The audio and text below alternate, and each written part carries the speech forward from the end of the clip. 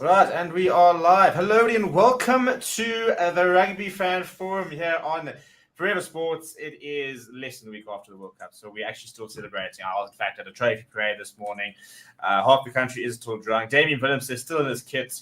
The Boks have yet to drink any water. I think it's been absolute chaos, but very cool scenes. And I am joined by Mr. Dan Scholz and Wes. A bit of an international flavor. We've got Dan over in the UK, Wes over in Botswana. So technology doing the business here and getting us all online here. First of all, gentlemen, how are we? Have we sobered up? How are the hangovers this week?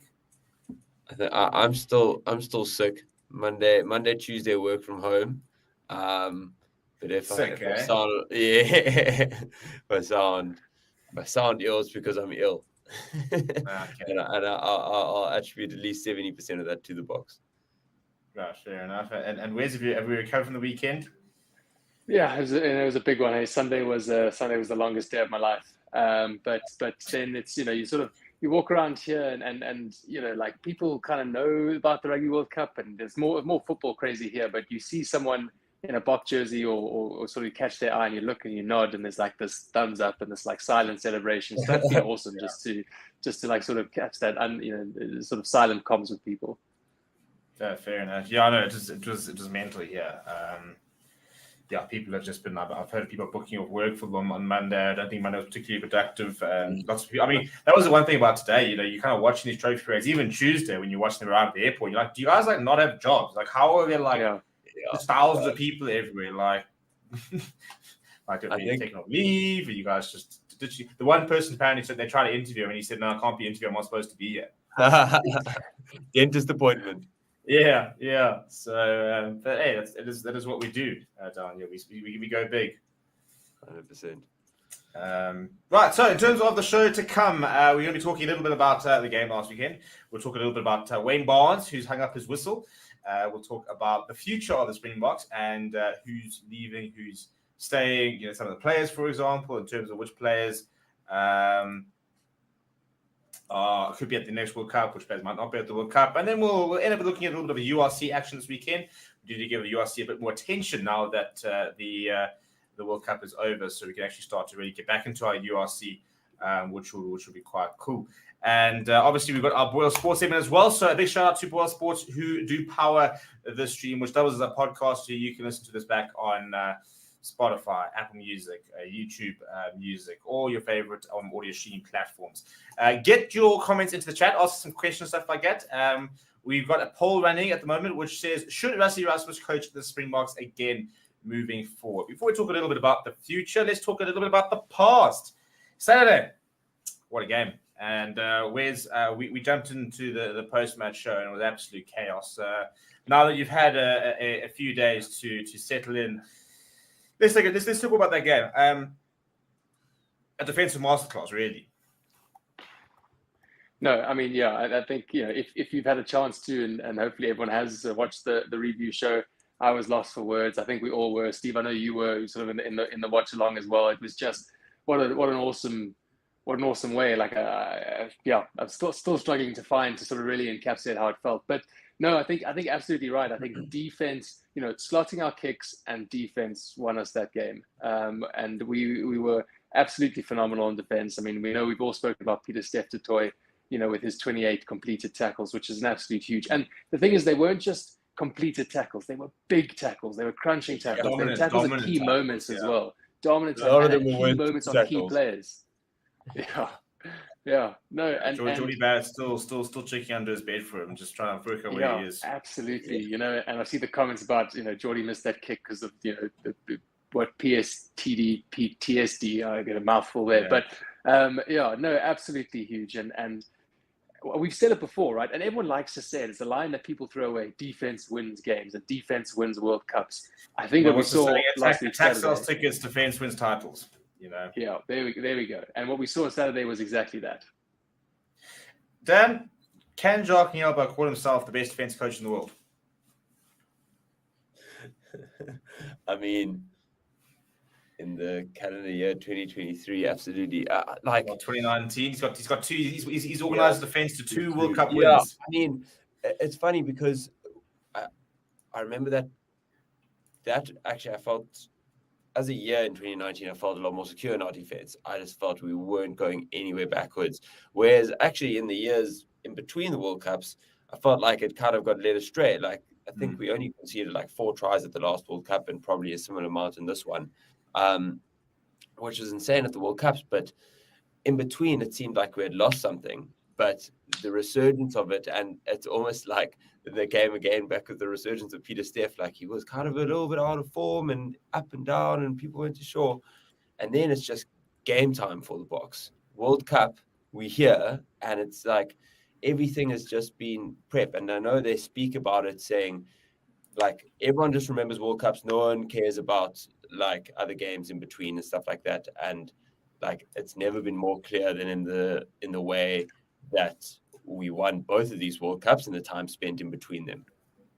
Yeah, no, 100%. I think I like the sort of ideas for the research for defense. And I do think that it's interesting. I think we had 2 years, which obviously we had 1 year, which was purely just win the British Irish Lions series. And then after that, there does seem to be this willingness to lose games or to change for this World Cup. It was almost like we'd already forsaken the next 2 Rugby Championships. We sat there saying, we don't really care. We're just going to go and try to start building for this World Cup. And I think, we did see how the game plan evolved. It's very lazy analysis to go and sit there saying that we're playing exactly the same as we did in 2019 because it's completely different. Defensively, attacking wise, player personnel wise, it's a completely different team, despite there being the same sort of players and very similar coaches. And we had to be, because a lot of people, a lot of teams became like 2019 Springboks. Like literally, England's game in the semi-final was the most 2019 Springboks that we've ever seen, more than we ever were. Yeah, no, 100%. And we started seeing 6-2s, which were not a new concept when we deployed it, but wasn't the norm. And all of a sudden, for example, this World Cup, 6-2 splits were very common. The whole sort of forward orientated thing. I mean, Eddie Jones was in fact the one that actually teased the idea of a 7-1 split earlier this year. He joked about a 7-1 split, and then we said, "Oh no, he's never going to do it." And he didn't do it, but then the Boks did it. So it's interesting how things have changed, and at the same time, the more things change, the more things stay the same. And there was a certain amount of brutality to the Bok performance last week, despite it not necessarily being the biggest Bok team of all time. I mean, it's funny when you talk about the massive Bok forwards, and yet 2 of our top performers, in Dion Free and Kwagga Smith, aren't exactly, the 2 of your biggest sort of players. Wes, let's talk a little bit about that pack. Wouldn't say set piece wise we were phenomenal. The lineouts were an issue, especially when Bongi went off. And scrums, we didn't quite ever get the dominance that we had in previous weeks. Do you think you can attribute to that to the loss of Bongi? I think both in scrums and lineout playing quite a big role. Did New Zealand just do very well to neutralize that aspect? Why do you think that we didn't manage to maybe gain the ascendancy from a set piece perspective that we would have liked to have had and maybe had in previous games? Yeah. I think everyone was looking forward to seeing that battle, and Bongi going off, that was massive, right? I think there were 2 players you didn't want to get injured. It was Bongi and it was Faf. And within the first couple of minutes, we saw Bongi go down, and it was like, oh goodness, here we go. And I think in terms of the scrums, I think the All Blacks just pitched up big time. I think they would have been pumped up. They would have been absolutely firing. We had some choice words for the All Black front row early on in the tournament. I think we were quite critical of them, and we kind of said, oh, it's not really a competitive or technique front row. And fair play to them, they made us eat our word, because then they really turned it on, and they were getting a lot of the Island scrum as well. Again, a scrum that had been doing very well in the tournament. So I think they just turned up to play and potentially even had a little bit of an edge on us, despite our scrum being what it is. Line-out time, they were all over us. And I was trying to keep calm, and I thought, okay, we were disrupting Ireland's line-out, and then they got it together, so we'll get it together. And just we never really seemed to quite get it quite there. And I do think that probably was Bongi. We were missing Bongi there to potentially find, but you still had the jumpers and the corners, and we just couldn't quite seem to get New Zealand. I mean, they knew where we would be vulnerable, with one of our key players off, and they absolutely went for us. Yeah, interesting. I mean, New Zealand's lineup wasn't perfect, so it was interesting how neither side was actually, that for me was one of the most interesting aspects. Neither side had that go-to set piece where it was like chips are down, we're under pressure. We're going to kick deep for them, force a lineup because we can go to a lineup and we can reestablish a platform. It wasn't the case of put a bit of pressure, force a knock on, take a scrum, and we can use that to establish some pressure. So it was interesting in that neither side really had that front foot ball to really be able to attack from. And New Zealand had a couple of very good lineouts, but I mean, we saw that like thumping hit from PSJF Toy on Geordie Barrett, where we had almost sort of pre-worked out that's going to be the move. And they just, neither side really managed to build up momentum at time. It was, it was always, it wasn't like these very long passages of play where a side was just all over each other and stuff. Forget it was a little bit stop-start at time. But Dan, I mean, it's a little about the defense. I want to look at some of the backline players and someone who stood up as we kind of waited for.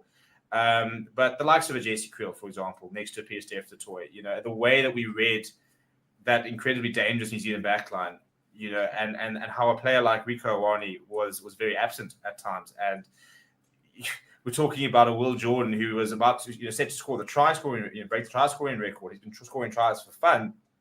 Probably one of Will Jordan's quietest games. In fact, he got subbed.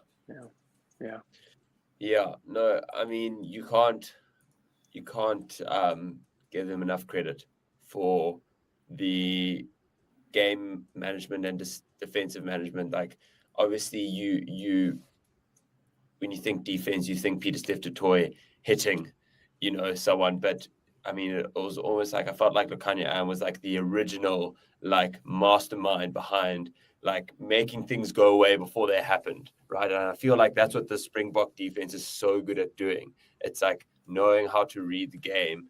And our centre pairing of JC and Damien have been superb at that, in being able to nullify and read the game so well that they either knew the person was going to get the ball, or they were putting themselves in a position to be able to stop it when they do. You really, again, you can't take your head off. And a lot of that is just a rugby player's willingness to work bloody hard for the tireless things that gives you zero glory. And think that's exactly what both of our centers do.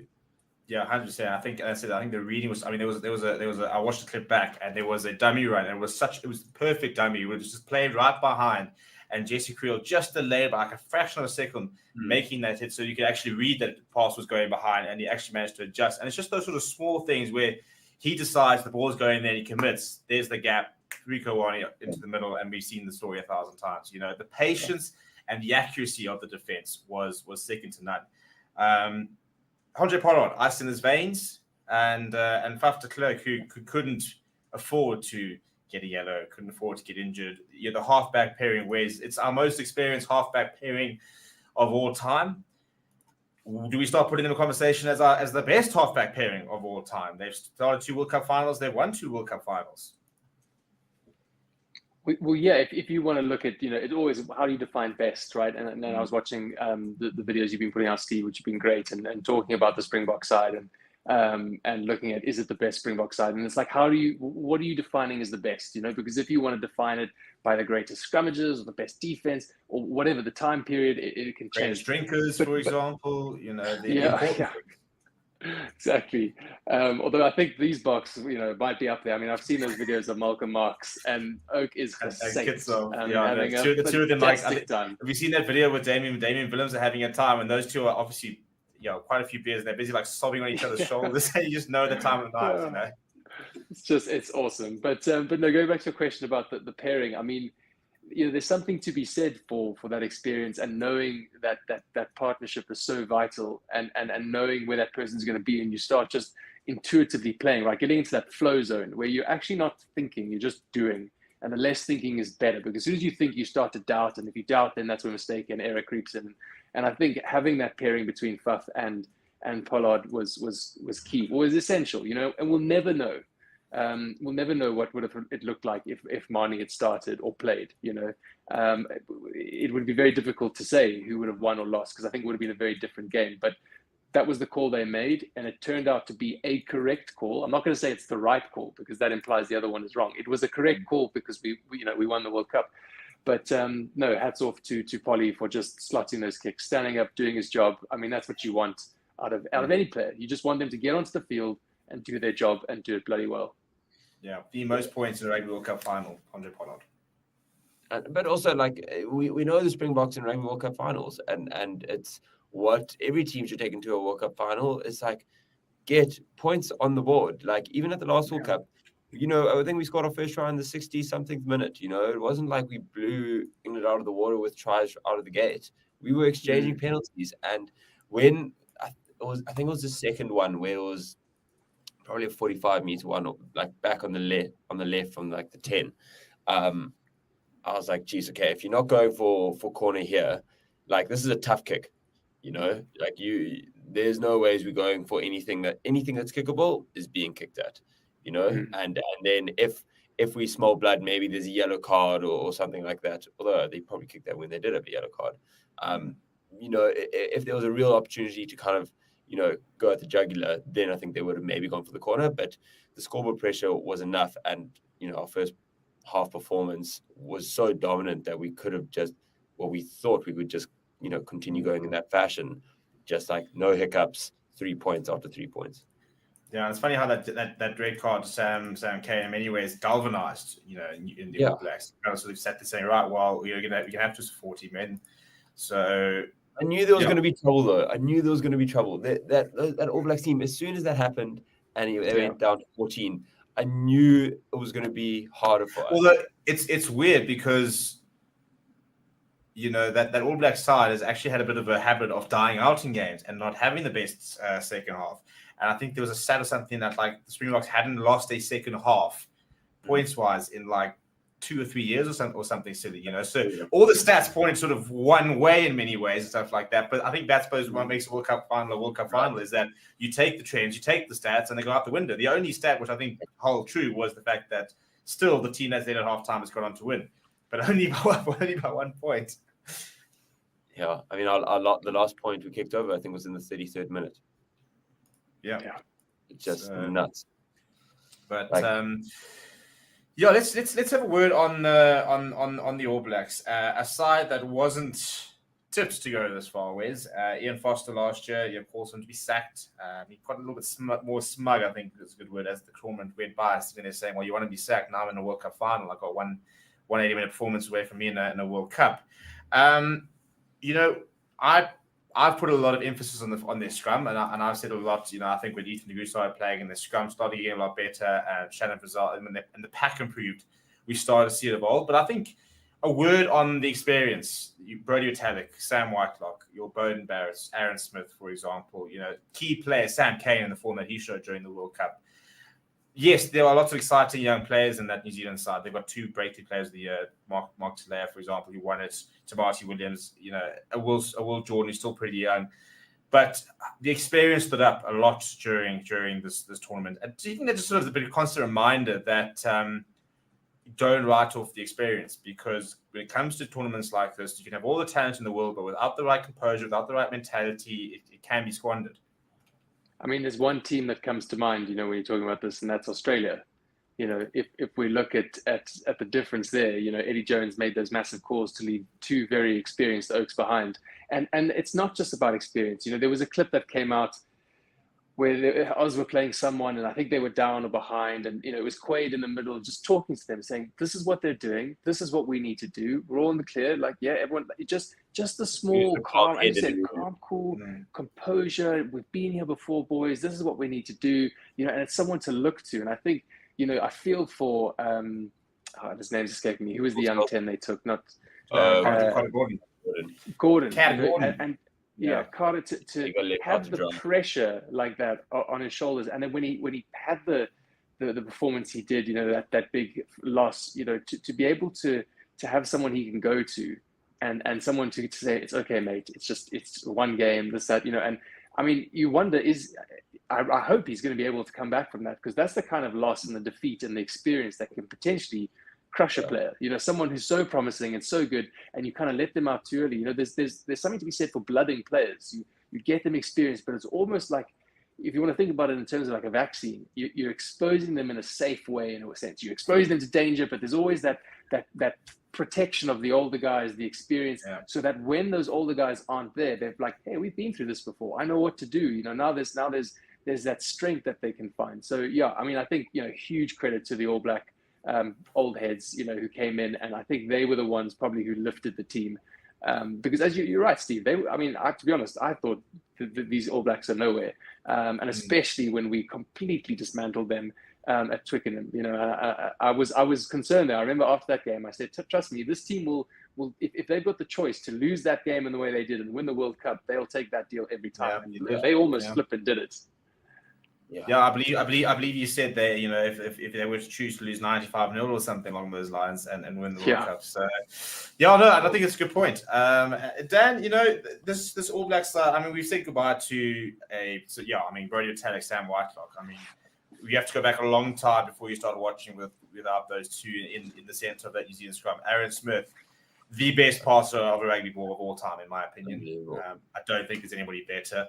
Yeah, the fingers, just that and it's the spiral and that bullet pass, and he was just an absolute pleasure to watch and stuff like that. Beauden Barrett moving away, Richie Mo'unga, I think Rico Ioane, Dane Coles, for example. Lots of big names moving on. Do they cope, or do you think we're going to see a bit of a hit from the All Blacks next year? Yeah, I mean, it didn't, maybe other than Dane Coles, I think he feels like the only one who was maybe running out a little bit of steam. And it was a pity he didn't actually get his swan song. Like he didn't play in either the semi or the final. But I mean, it almost still feels like the performances that Retallick and Whitelock were putting in, like immense. Aaron Smith, like one of the best Aaron Smiths we've ever seen at this World Cup. And it's like, it must be so hard for these people to know when that time is. And you know, they have to have that belief that they made that right decision. Massive hole at scrum off. It's like someone that's that dependable in such a crucial position. Except Cam Roigard. The Cam Roigard era. I'm so in there. He wasn't even starting. That's why they lost the World Cup. He wasn't even on the bench. That and because D-Mac didn't play 10. Correct. Those two in the team and they win. No, but you're right. It's not even just I think Roigard's phenomenal, but Aaron Smith has just been such a constant in that side. I do think they're going to miss the Sam Whitelock a lot, though. Not just his jumping ability, but that calm head in the change room. There's something to be said about the most senior person that isn't your captain. You know, he's not necessarily the person you turn to, but he's still amongst the players. But he's just, you know, to be able to play the amount of caps he did, 150 caps, not just for Indian international team, the All Blacks. Like how disciplined and like what a consummate professional you need to be. Just that tone that you set. I mean, I don't think that's been matched for a long, long time. No. I mean, we also saw Alan Wynne-Jones, but had he been New Zealander, he definitely wasn't playing that many. Not that he was, you know, far off it, but it's just I think that's going to be a massive just caps to fill, and they do have a lot of caps, and you know the likes of Rico Ioane and Geordie Barrett are barely 25 years old, and they've got like 50 caps. So you know they're doing fine, and they're going to replace these people, but I think there's still there's going to be a big hole there. Yeah, I think there's definitely a new gen. I think players like Ardie Savea are going to become more important than ever. You know, I feel Geordie Barrett now needs to stand up and take a bit of a leadership role because you could have a lot of new players in and around him, with like a Beauden moving on. Interesting to sort of see if this sort of opens the doors for your Anton Leonard-Browns to start coming back and getting a bit more involved, like they were. Damien McKenzie, for example, who's back playing in New Zealand, where he'll suddenly start getting time at 10. As the Crow tips, good old Chris, who's not joining us, says the All Black side coached by Ray is going to be fun. I'm very interested to see the approach he goes, you know, where he's going to go, and maybe ways you can expand on this. You know, as All Blacks now, you sit there going, right, reset. It is a reset. You know, they've lost 5-6 players, lost a World Cup. You know, there are players who haven't retired, but, you know, you look at Cody Taylor, for example, and you sit there going, right, he's 32 years old. I think he's playing some great rugby, but you're sitting there going, right, he's 32 years old. Do we keep him? Do we need to start bringing in new blood? There are a lot of players that kind of sort of suddenly fall into that category. They might not be 30, 31 years old. And you're thinking, well, they could still be around the next World Cup cycle. And, you know, how do you blood new players and start building new teams? You press reset and go sort of the Eddie Jones approach, probably not to that extreme. Yeah. But it's not only just a new player, it's a new era of coaching as well. You know, he's going to have a different vision. His All Black vision might not have included players that Ian Foster had, for example. Sam Cane, you know, is he going to be playing again? You know, what do you think the approach might be, or what are the pros and cons from going, you know, one versus the other? Yeah, I mean, I think there've been coach changes before, obviously, right? And every time that the new coach will come in and bring a bit of himself, and that's what you want. Obviously, Razor's been chosen for a reason, right? He's had immense success in the past, and I think they're hoping that he emulates that with the All Black team now on the national level.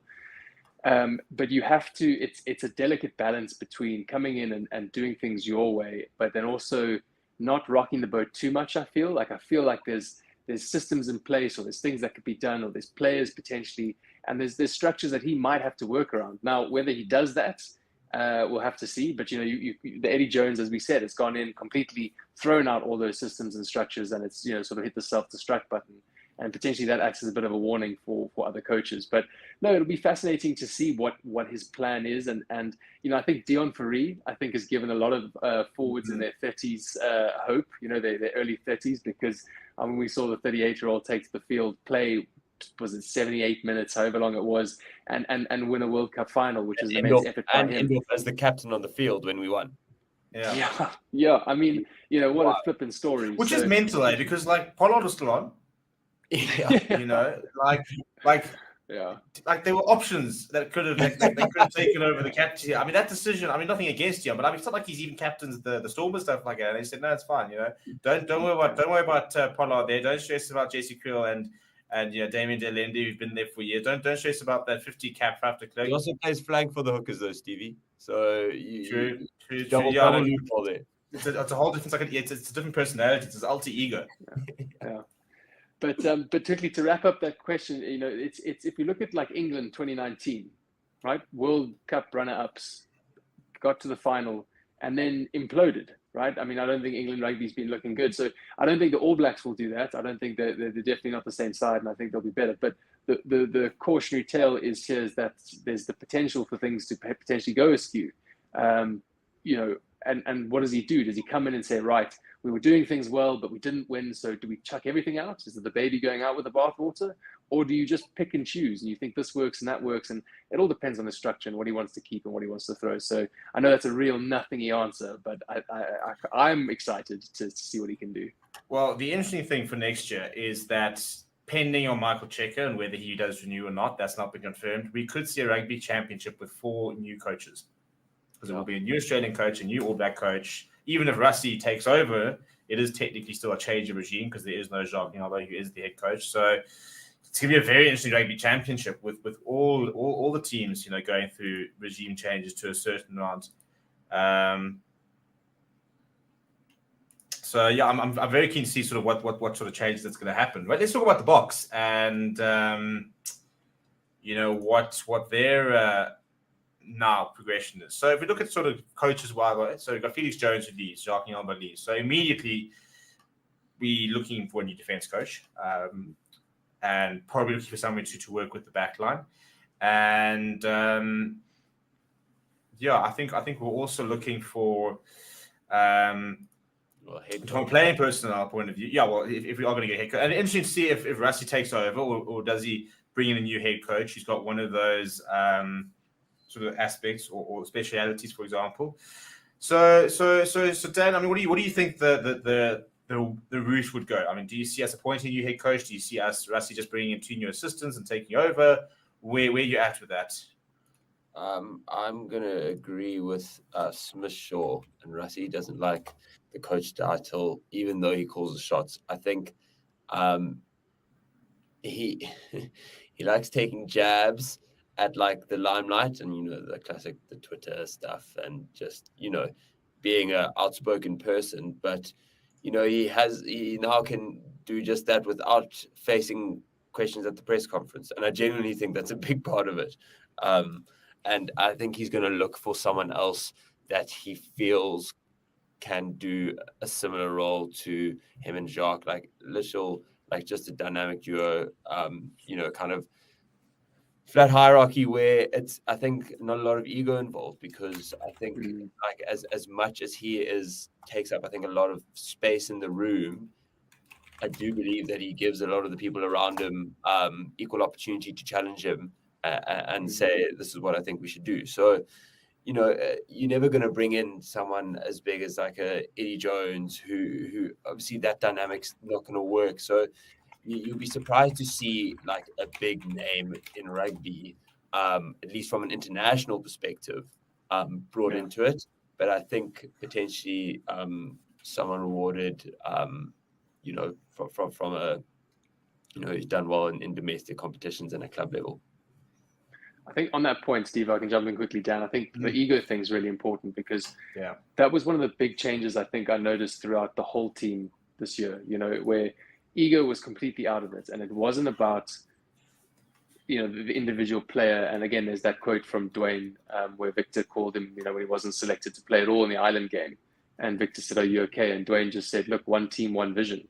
And so that for me was huge, where the ego was out of the room in every single role. They were still fiercely competitive athletes, right? Every single one of those 33 Oaks wanted desperately to be on the field and in that Springbok jersey. There's absolutely no doubt about it. But if you weren't selected, as the coaches say, I keep remembering from the press conference, they were gutted for a couple of hours, and then they started studying who they were supposed to be that week. And it was just phenomenal. And, those Oaks deserve as much credit as the guys who went on the field and won, because they were the ones who facilitated. So, I think if we can see this no ego Springbok team going forward, I think we've got many good years ahead of us. Yeah, it's such a cool experience last year when they had a bit of a media launch for the Boks, because we couldn't do it in 2021 because of sort of COVID and stuff again. And they basically sort of launched this brand new sort of season type thing. And I remember they announced a much wider squad, and Albert Lowe sat next to Deon Fourie, and they both called us at the same time.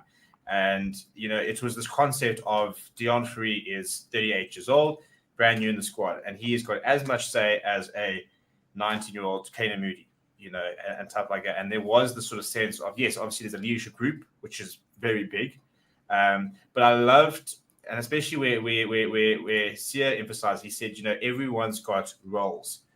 So he says if it comes down to a defensive point of view, he's going to shut up because he said he's not in charge of the defense, and Dwayne will then chat and will be pointing out, and there's certain people that have got different sort of departments, stuff like that. Something like a Marvin Ori, who I think played a little bit of an LTJQ's role in 2019, where he wasn't playing a lot, but always on the water, for example, somebody doing a lot of studying, a lot of analysis, and he was sort of that link between the coaches and players and relaying messages and saying, right, guys, this is what happening. So, once again, I'm sure, Chasing the Sun 2 it's been announced, so I'm sure we'll see a Dirt Trackers episode once again about the preparation, Mondibok running as with Chimawanga during the week and stuff. But I think that has been a big thing, and especially in the coaching staff. How much was Wandile Stick questioned when he was first appointed? He's now won 2 World Cups. Deon Davids, when we had that when our forwards weren't dominating, I'm more had sort of gone backwards, and everybody sat there going, is Deon Davids good enough? And now, he's the forward coach in charge of a 7-1 split, and so it's amazing how these coaches, and there does seem to be this inherent, everyone's got a place at the table type thing, and everyone can add suggestions. So I think that when Rassie Erasmus spoke about, the squad, he said we've got the right people here, not the right players, but he said the right people as well as the players in the squad. I think that's also extends to the coaches, extends to the entire player group. It's about having that right personality. And I think that there are players who, No, I was going to say, do you think that's why Lekanya Arm was brought in? Because I never saw him getting onto the field, right? But he was brought in because he's a Gears Oak, and the Oaks love him in their jaw. And also familiar with the environment. These guys did not, when did they ever go out and bring somebody cold who's not been part of the setup for like 2-3 years and suddenly go, right, here you go. We didn't have another, we didn't drop a 13. We didn't drop anyone into the World Cup that was like almost there. It wasn't like Evan Roos or something like that. Yeah, nobody was parachuted in, for example. Nobody was making like their debut. Did we have? I'm trying to think if we had any debuts this year apart from like a Jean Klein. And I don't think we did have any Springbok debuts this year, if memory serves me correctly. No.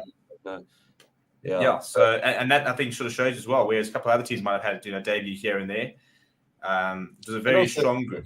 If Lukhanyo needs to play, 30 minutes, he'll take a cortisone injection, and he knows every single play out of the back of his hand. Like you can't chuck in someone cold under that type of pressure. Like especially when you have someone like Lukhanyo who has like a negative, beats per minute in like a World Cup final. Like just the cool, calm man. Yeah, it would have been very interesting had there been an injury to Jesse Creel, whether they would have gone with Makanya or whether they've gone and said, no, well, Kane and Moody's fit, we cut it back. And that would have been a very interesting Thank goodness we didn't need to go there. Yeah, well, I think it's a lot of thank goodness we didn't need to go there. Faf getting injured, he was going to play scrum off for the 80 minutes. Yeah, a lot of different. Currie was a thank goodness we didn't need to go there, but we went there. we had to go there. Yeah, no. Thankfully there's only one. We had to go there. But we also had our star fly half gone for 60% of the World Cup. Well, he didn't go to the World Cup. He currently can't play rugby. Elton Yankee. Yeah. He's still. He's gonna go back to Leicester and say I'm injured. Still in rehab. Yeah. Oh no, dreadful. Yeah, no, but that's it. I mean, so it wasn't an easy road. It was definitely rocky. I mean, to go to the World Cup using Malcolm Marx, but it's funny how there were so many external factors, and yet we talk about it as if they weren't because of how well we coped. I mean, Bongi Manambi became. I don't think anybody can really get to Malcolm Marx level at the moment, but I'll tell you what, the last month of Bongi Manambi is the best of Bongi Manambi I've ever seen. Yeah. And I think that's been the biggest thing about this coaching staff is being able to eke that every last bit out of each player. And how many players who people didn't back stood up? Your Jesse Creels. Franco Mossa, people asking Franco Mossa, and obviously people are saying, no, we should take John Klein ahead of Franco Mossa for the World Cup. And you're sitting there going, why would you drop somebody who's been a part here and look at the tournament he had? So, yeah, I think it's going to be very interesting to see how the team culture not change, but how it progresses in the coming years. Big question now, the captaincy. So Sia Khaleesi said that he's available for the box. Not sure if he let Racing know because the French clubs absolutely hate it when players are available for their countries. So, but he has said that at this stage he's not retired. If he's picked, he will play. Do we give him the captaincy again? I mean, or not, and this obviously wouldn't be taking the captaincy away from. But how much do you sit there going, right? So we've got one of our best captains ever. We know exactly how important he is. The likelihood, and maybe even more so because of this knee injury, is that he doesn't get to the next World Cup. I think he's sitting on, I think he's 32 years old, so he's 36 years old. So he could mathematically look at Dion Free, but there's a big question mark. Do you continue with him as captain, or do you start looking at who our next captain could be, for example, moving forward? Yeah, I think as you said it, there is that leadership group. So it's a big group of guys, and I think the captaincy role potentially actually on the field and decision making is a lot less than what it used to be, right? That's what I see. There used to be one oak making all the calls. This is how it goes. But we've seen that responsibility diffuse actually throughout the Springbok team, and it's worked out well. But where Sia is unique, I mean, the mistake will be trying to have another Sia. Because you won't. So we need to get our heads around that at the moment, and we will have someone different, something different, and they will be better in some ways, they will be worse in some ways. But I think again, if this culture can continue, it will be a good thing. I do think you have to start looking though for your next captain. I think to not would be short-sighted or potentially all eggs in one basket. There is a new 4-year cycle. As you said, Sia's 32, so he's 36 with that knee, who knows? But I do think you start bleeding that new captain and start handing over more and more responsibility and have Sia mentor that. I mean, can you imagine Sia Khaleesi as your mentor? I mean, what better sort of company to be in,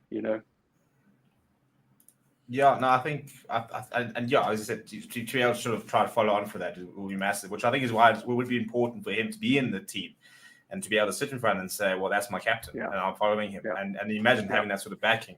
Chris is asking the right questions. Options. I think... Throw some at me, Dan. Yeah. Well, first of all, I really like what you said, because I don't think you're not going to match Sia. I don't think there's anyone who can exude as much humility as a person as he does, which in turn brings such a, I think, calmness to the Springboks and takes so much pressure off. And that's the general egoless kind of Bok camp, ideology that they're going for. If you want to go, okay, who's definitely going to be starting at the next World Cup? Probably go Handré. He's the guy. He knows how to. He's making a lot of decisions on the field already. He has been a part of the setup since he's been 21 years old. He's got more than enough. Except we never seem to go with, well, this current coach, I've never seen to go backline player. I mean, even the kind of captain 1 or 2 SAA games, but, they went to Bongi, for example, before they went to Andre. Yeah, I'm trying to think who. The thing is that because we have such a exactly, the young gun. Thing is, unfortunately and unfortunately, they're all part of very similar generations. So many of them are 31, or 32. And that's always that next age gap. It's like, do they make it? Don't they? So with a lot of people in that gap, and then you have quite a jump. You have like a couple of people in there, like 28, like Achia Sneeman, but I don't think he's Marco Marks, who's 29, for example. But again, I don't think Marco Marks is going to be a Springbok captain. He doesn't like the limelight. Like, and then you have kind of Jasper Wiese. Again, like these people. They don't strike you as typical captains, and they haven't been captains even at club level. So you can't now just expect them to fulfill that role. So I think because of that, at least for the next World Cup cycle, like the easy pick would be Andre. But to be honest, I still think they're going to stay with Sia. Yeah, no, I think it's a good chance that they might. I think that's an interesting point. You talk about a leadership group, and you talk about the kind of Andre, Bongi, Sia, Dwayne. Even Peter Steph, for example, Eben. I suppose Eben could be an interesting candidate because he's just looking. I mean, from an age perspective, I think could be the same age, or if not a year younger than Sia. Yeah. So I think they're the same age actually. I think they obviously played as under 19 together. It's going to be very interesting to see who the candidates are, because I do think that our entire leadership group does seem to be in the same sort of generation, as you say. Eben was the captain before Sia. If you remember correctly, between Adrian Strauss and Sia captain, it was Eben. Eben was like the interim captain. He was I think it was Sia was made captain of the Stormers. Or Eben was made captain of the Stormers, and then Sia was then made after that. So, I mean, Eben can be, but he was going to be this year, for example. He did captain us this year as well. He did captain us side, yeah. No, and I think my point on Eben is for me, when he's not captain, he plays better rugby. And that's not to say he's not a leader. There's a saying in football where they say, "Don't captain your weapon."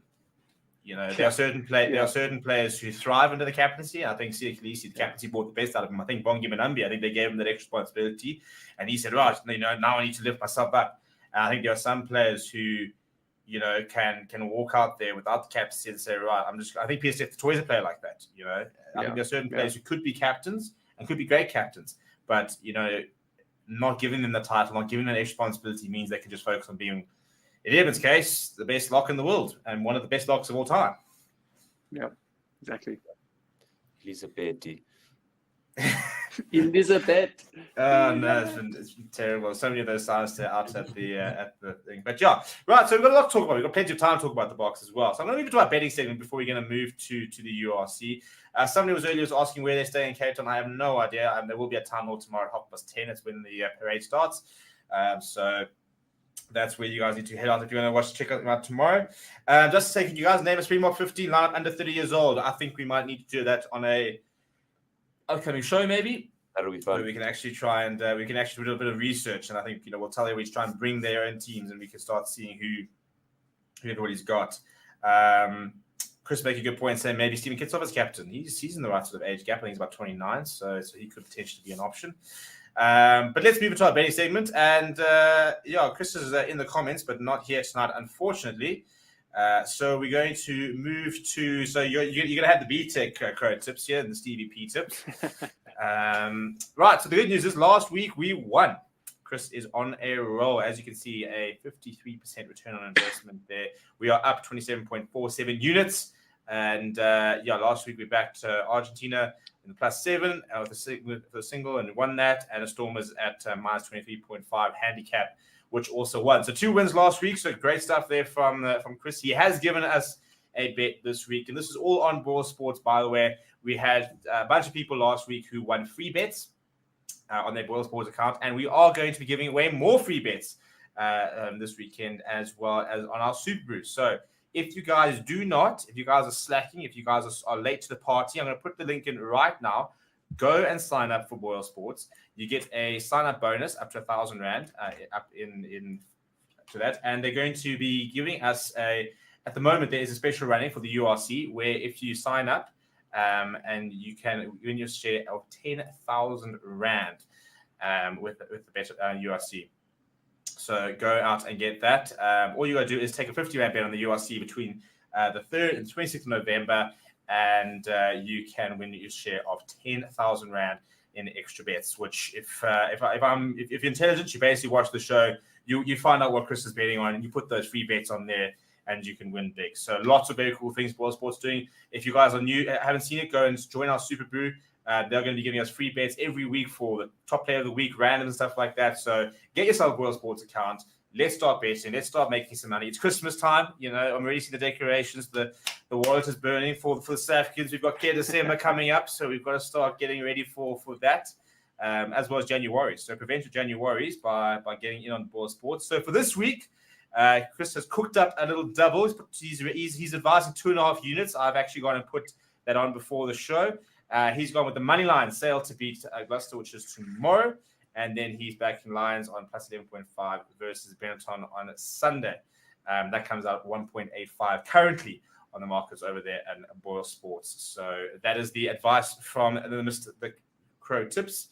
Although if this does win, I'm 100% taking it as my tips, and if it loses, then we'll throw us back to Chris. Right, chaps. One more thing I would like to get stuck into here. Where's I want to find out how much of the URC you're planning on watching and what's going on here. But we've got URC action this weekend, and the nice thing is not the nice thing, but because it is the World Cup is finished, it means we can sort of give the URC a little bit of the attention it maybe deserves and has been getting over the last few weeks and stuff like that. So these are some of the fixtures. Before we even talk about, who we're backing and stuff like that, the URC is in London tomorrow night. Dan, you going to watch? No, where's it? at the Stoop at Twickenham. Ooh, maybe. There you go. We're just throwing out some little Friday plans to Dan, yeah. I'll check the calendar. Why not? Yeah, so Ospreys versus the Sharks tomorrow. That is happening over at the Stoop, and tomorrow night also got Glasgow Warriors versus the Stormers. Dan, I believe you're a Stormers fan, if I'm not mistaken. And what are we thinking for the season? And the team has been announced. You've got Sasha Fayman Gomez still in that 12 jersey. Evan Lewis in number 7. That's something I wanted to talk a little bit about. Dan, how are you feeling about the Stormers this season? I mean, they've started hot, and as hot as they have been over the last couple seasons. I was at that final when Munster beat us at the stadium, and it was a very, very somber evening after that. But they've embodied everything you kind of want out of a South African club. I think they are doing the most to kind of put people in a position to take the next step to the Springboks, and they've been really dominating, put people to the sword. And I mean, if there's, if a Springbok fan has faith in Rugby, I have just as much faith in Dobbo. I absolutely love him. And I don't think it'll be now, but I think one day he'll actually be in the Springbok setup. Yeah, I think you're pretty right there. Right, Wes, Evan Lewis at 7. Surprised? Excited? What's your thinking there? Yeah, I mean, there was lots of hype and chat about Evan coming into the Springbok squad, and he just didn't quite find his groove. I think, it was a tight space to fit into for a very big man already. I think the squad was gelling well. And as we said, and we spoke earlier about the right people and the right fit, and potentially with that combination of guys, that wasn't quite there. So why not? I think it's still, early days for him, and potentially try it out, see what works. And I mean, he's a very good 8. So if it doesn't work out at 7, there's the potential to go back to a position he's more comfortable at. And do you think there's a certain amount of, positions or maybe even numbers in the back becoming arbitrary? The box is showing that to a certain degree, that, just because you are wear 8 in the back doesn't mean you are the traditional 8 man. So how much do you think this is also, first of all, it adds a bit of versatility, you can learn how life is on the side of the scrum, but do you think we're moving towards a time where numbers are maybe a little bit less, a little bit more arbitrary and less sort of constrictive with regards to what your role is. Absolutely. I mean, I think if you look at Malcolm Marx, the hookers we've had, they're mobile. If you look at Dan Cole's, like absolutely he revolutionized the hooker position. 100%. And even Kitsy likes to get his hands on the ball, and he's mobile-ish around the park. I don't think we would have appreciated that ish part, eh? Very mobile-ish around the park. No, I love you, kids. But no, Steve, I'm with you there. I think we spoke about it. Everyone has their role, and just because you're in this number jersey, maybe your role is to do X, not Y, and the next hooker comes in is to do X and Y and Z. So I think that versatile player is huge. If we look at Kwagga Smith, right, the Swiss Army knife of rugby players, and what he can do, and I think that's what we want to try and focus on is everyone, people who can fit in everywhere. And the risk though is potentially overgeneralizing, and maybe going too broad and getting Oaks to do too much. But I don't think that's what we're doing. I think we're identifying where guys can contribute positively and encouraging those, 2 or 3 assets and values. I would agree. I would disagree at scrum time, because I still think that maybe less so. I think lineouts, not too much. You can choose to be a part of the pods, lifting, stuff like that. I think that's a lot more learnable. But I think there are, as you mentioned, if you do become too generalistic, there are, very good.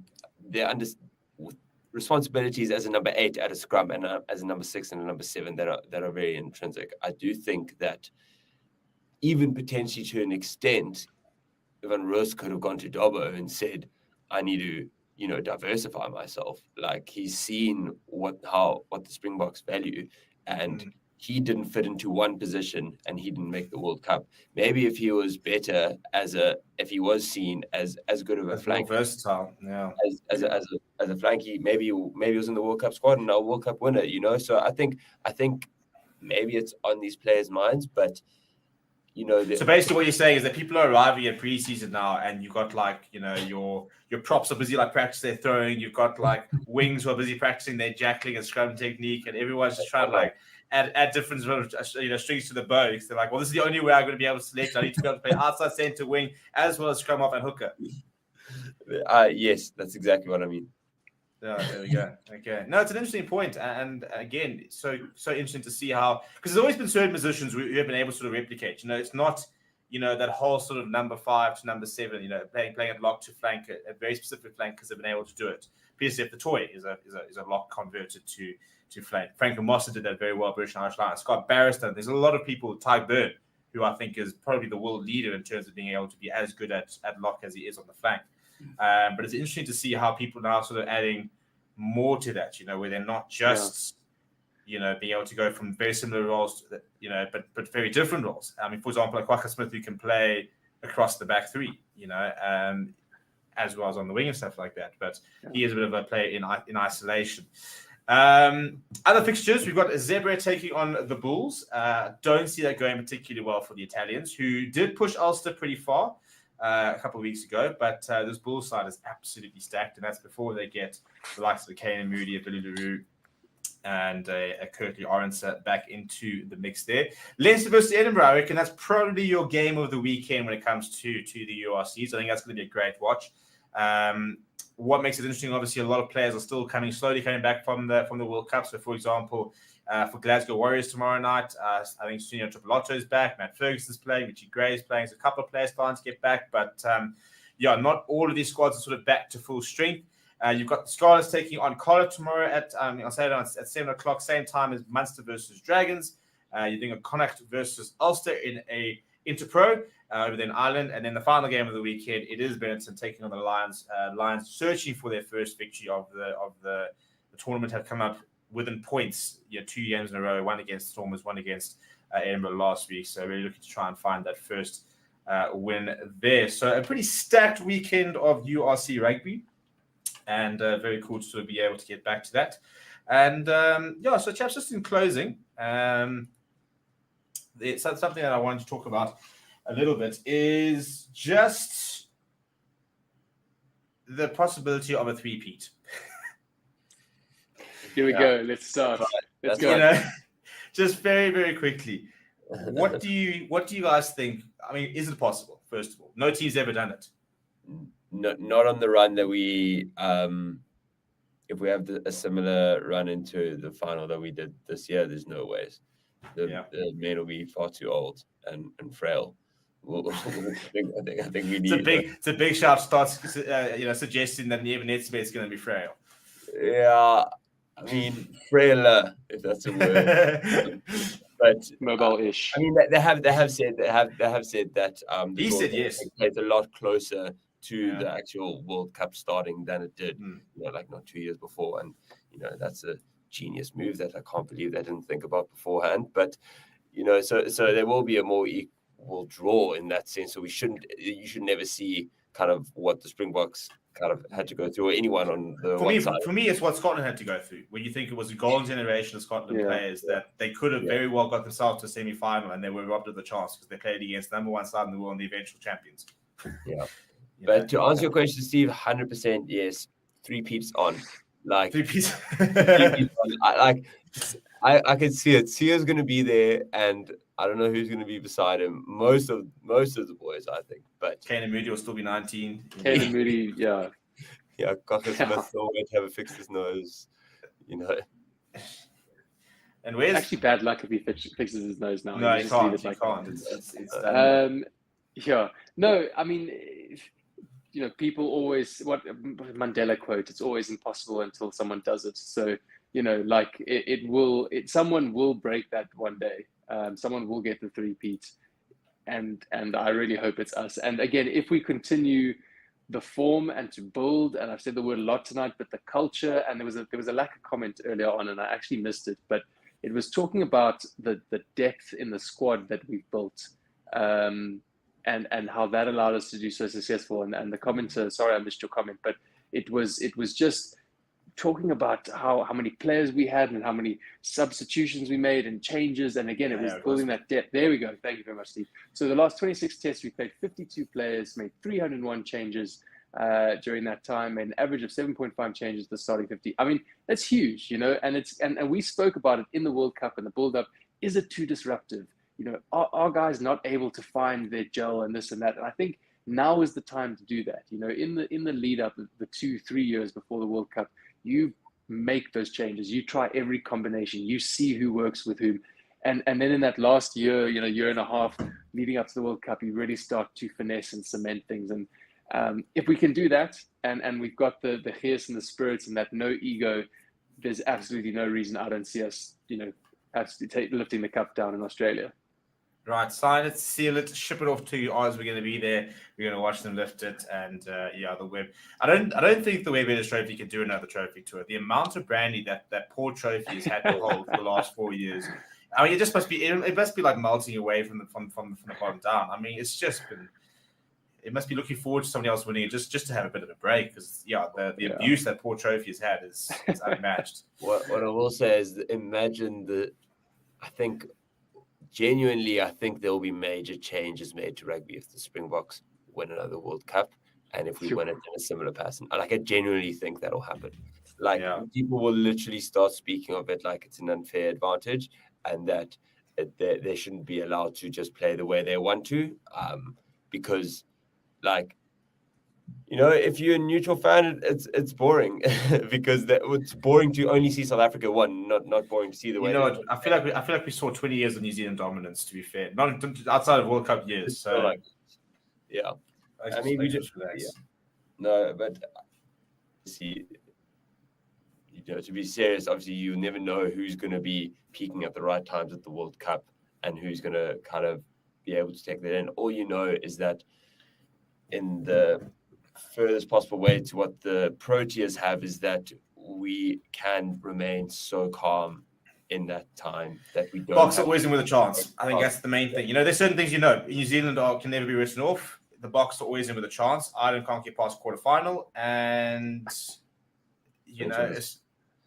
So that's what we know. We do know so far when it comes to World Cups. We have to wait and see if that's going to be true. Come 4 years' time, we'll all be a little bit older. And Michael Cheika will be there. Yeah, yeah, there's just certain constants. And Eddie Jones. Eddie Jones will be in charge of a different team as well. He'll be like Chile or something like that. Right, people, thank you very much for joining us. To Dan and Wes, thank you very much for your time. Dan's going to go and shave because, as you can see, we are on the November train. So I'm going to put a link in. I'm going to put a message on the community. We are doing November as a Forever Sports group. We are busy putting pressure on the likes of Ariza to join us. So Wes has done his shave. I've done my shave. Dan shaved an hour ago, so he's going to go reshave it again. So you can come join us. But if you guys would like to join the team, we are going to put a link out there so that we can get into the November spirit. And if you guys would like to donate as well towards a very worthy cause, then we'll have that link there as well. So let us know if you are going to join us on the November trend. We're going to basically be telling Wes exactly what we want to see from a stylistic point of view. And it should be quite a fun. And then I think, once Wes gets back to Joburg and even Dan, I think we might need to get Arceus Snyman and the Clippers out and start seeing if we can get a couple of Arceus Snyman haircuts there. But gentlemen, thank you very much. I would have that haircut, brother. No, do it for the people. Do it for the people. Tell you what, if we get to 100,000 subscribers in the next 6 months, I'll do it. Okay. Let's go, people. Start subscribing. If you haven't already, you still go. Someone's buying bots. You're like, whoa. We need a lot of World Rugby spice to happen. Just need Rusty Russell to release another video. Yeah, exactly. All right, cool. Well, gentlemen, thank you very much. To everybody watching, thanks as always. Please make sure you do subscribe to the channel. Let's see if we can get Stephen Arceus name and haircut. I have to get into the gym trying to make that work, so I'm going to need a bit of time. But yeah, we'll see you guys all next week. Thank you very much, and we'll see you soon.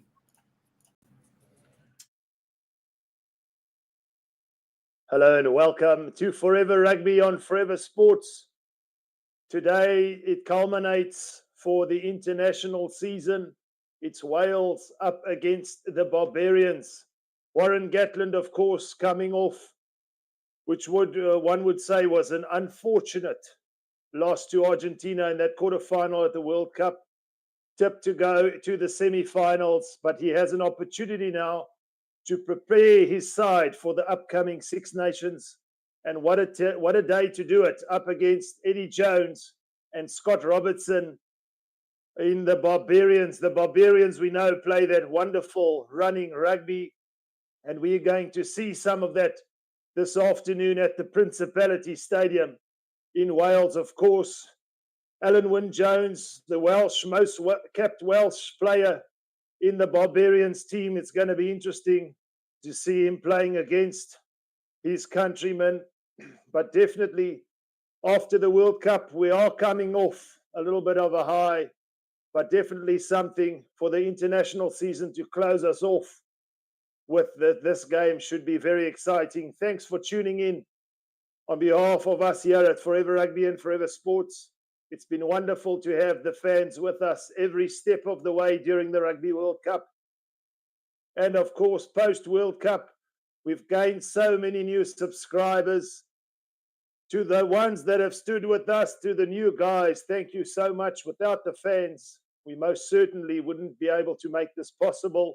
Of course, the Rugby World Cup campaign by Steve, James, and the team at Forever Rugby and Forever Sports was simply sensational. And what a way to cap it off with the Springboks, of course, winning against the All Blacks by 12 points to 11. I'm sure as South Africans, we have the right to talk about it for the next 4 years to the World Cup in Australia in 2027. But we have one more international game ahead of us. Eddie Jones, of course, with Australia, did not have a successful campaign. The Australians not able to get out of their group, in fact, and subsequently resigned as head coach of Australia. So Eddie Jones, somewhat of a free agent for the moment. But I'm sure the haters are out to get him, but definitely, most certainly, one of the best coaches around in rugby union. And obviously, the incumbent Scott Robertson for the All Blacks. Razor Robertson will be joining up with the All Blacks, of course, who lost in that final against South Africa, taking over from Ian Foster. So it's a coming together of minds this afternoon. Two exciting coaches. Robertson, obviously, yet to be tested on the international stage, but at Super Rugby level, extremely, extremely successful. There is a good crowd out this afternoon at the Principality Stadium, as I mentioned, for Warren Gatland preparation for the upcoming Six Nations, where it will be Ireland, France, England, Scotland, Wales, and Italy to compete in Europe's prestige competition. For the Barbarians, it's all about running rugby. We know we got some Fijians in the mix. Argentina's Sanchez at fly half. So we're bound to see some attacking, exciting rugby. And I think for the Barbarians, just the history of rugby and the camaraderie between players coming together from all walks of life, sharing the same love and passion for the game of rugby, sharing a moment or two post-game that will be cherished for a lifetime. So for these guys, the likes of Michael Hooper, who didn't perhaps feature in Australia's Rugby World Cup campaign, will be a really special moment. I think for a lot of these players, for Alan Wynne-Jones, of course, playing against Wales today, but nonetheless, the sentiment, very special. The national anthems will be played out for Wales.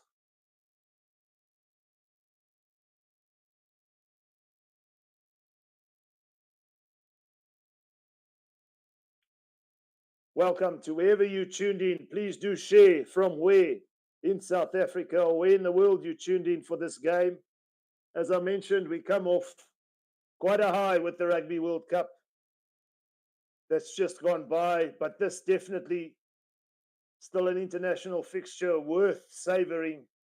And of course, the referee, the man in charge this afternoon is Italy's Andre Piatti, who managed to rack up quite an impressive CV as a young referee, and of course refereed the final of the URC last year, where Munster defeated the Stormers. So he has experience, and perhaps one of the upcoming referees. We know that refereeing has been and will always be, I guess, a contentious issue in the game of rugby. The application of the law versus the interpretation is always open to debate, should I say. But I'm sure rugby will survive with the passion that is shown with the likes of the Barbarians, keeping that tradition alive. And many players from many countries have shared moments that, of course, will last a lifetime. For Wales, I'm sure Warren Gatland would want a victory without doubt. It's just interesting to see what sort of approach Wales will have this afternoon. Are we in for some running rugby from the Barbarians? For sure. The Fijian Droy Sese, the fullback, is in for Fiji, or for the Barbarians, should I say. Sean Stevenson, the right winger from New Zealand, unlucky to miss out on the initial All Black squad for the World Cup, but definitely a young prodigy coming through the ranks. Sean Stevenson, of course. Nicholas Sanchez, as I mentioned. His halfback partner will be Currie of Fiji, the lively, nuggety scrum half. The loose trio for the Barbarians, Justin Tipperick, also a Welshman, Michael Hooper, as I mentioned, and Rob Valentini, the strong Australian.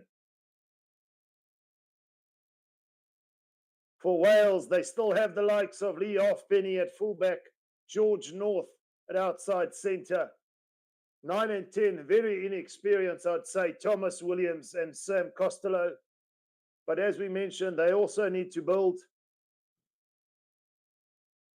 the likes of Dan Bigger, Gareth Davis. They will be not part of the future plans, so Wales would definitely need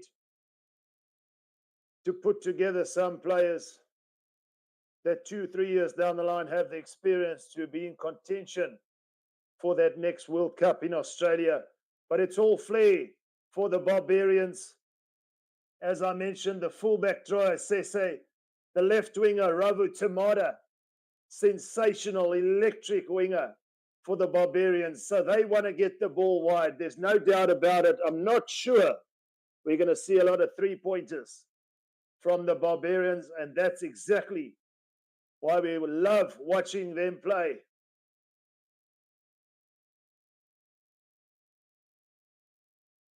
We're just about to kick off here this afternoon at the Principality Stadium.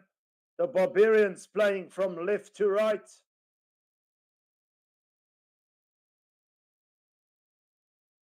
And they will be kicking off to Wales via Nicholas Sanchez.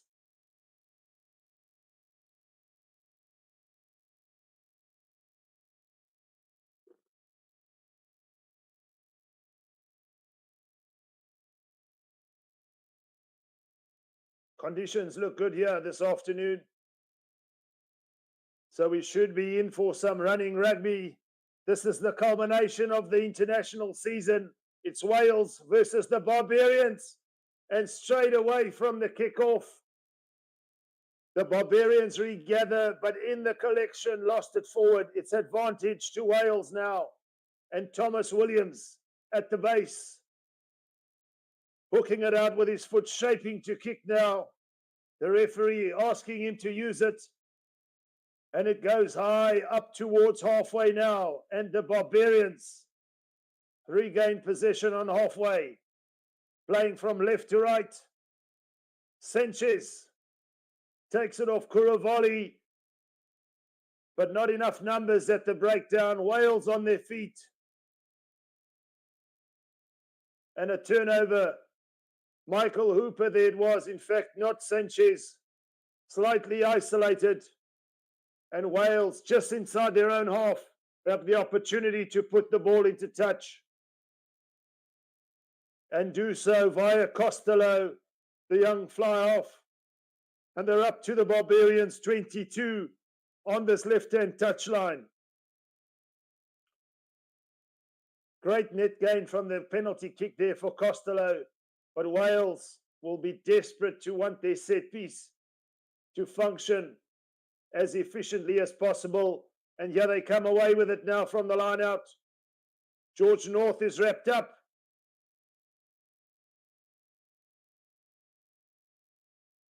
Wales in possession still. Thomas Williams at the base. They're still outside the 22, playing from left to right now. Williams again. Little wrap around there, but some good defense from the Barbarians. Not making too many post-contact meters there, Wales. Jack Morgan, the captain, takes it up almost to the 22. It's physical at the moment here at the Principality Stadium.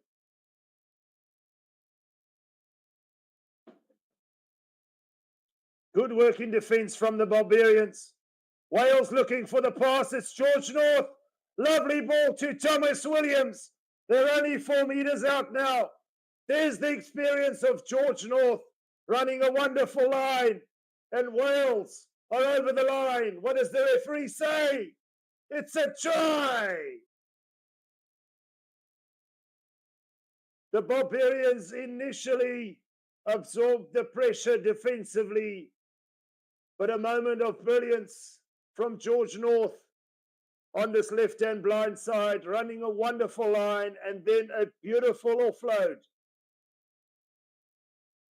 on the inside to Thomas Williams, who came up short. But from there, the defensive line was broken. And Wales pick and go. And it's try time. 5-0 to Wales with the kick to come. Brilliant there from Wales. Warren Gatland, just the start they would have wanted. Halfpenny entrusted with the kicking duties to give them a potential extra 2 points. Wales take the early lead. Halfpenny shapes to kick and puts it through the uprights for an extra 2 points. And Wales lead by 7 points to 0. Early on, the Barbarians rocked. They want to play with ball in hand, I'm sure. The Barbarians.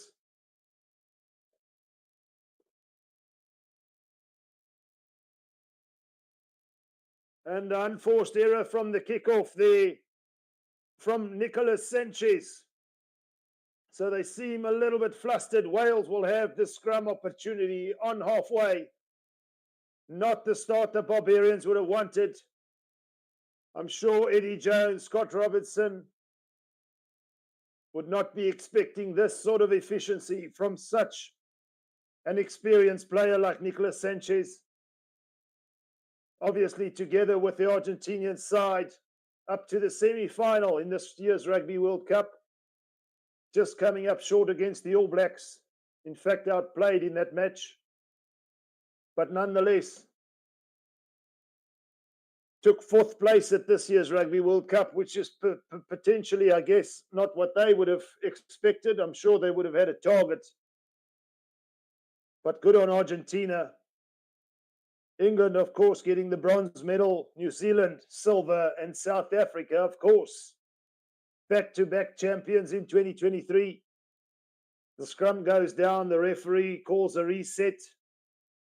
The Italian Piatti, I think for the most part, the players, the fans, I'm sure, are looking for, maybe you won't get consistency from the referees throughout the whole season because everybody blows differently according to application and law.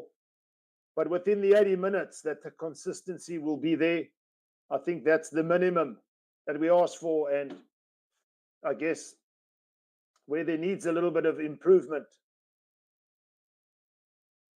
But here come Wales from the scrum. It goes out wide from Thomas Williams at the base. It's a good counter ruck here from the Barbarians. The referee says play on. It's all in now. Wales looking to secure the ball. But the Barbarians looked a little bit more hungry. And they, in fact, get the penalty. So an opportunity, a real first opportunity for the Barbarians here this afternoon to perhaps have ball in hand. But it was the number 6 of the Barbarians there, Justin Tipuric, the Welshman, coming in with the counter ruck. It was all in there for a moment. Dan Lydiot of Wales dunked over, but this time around the Barbarians get the penalty and an opportunity to clear and get possession inside the Welsh half now.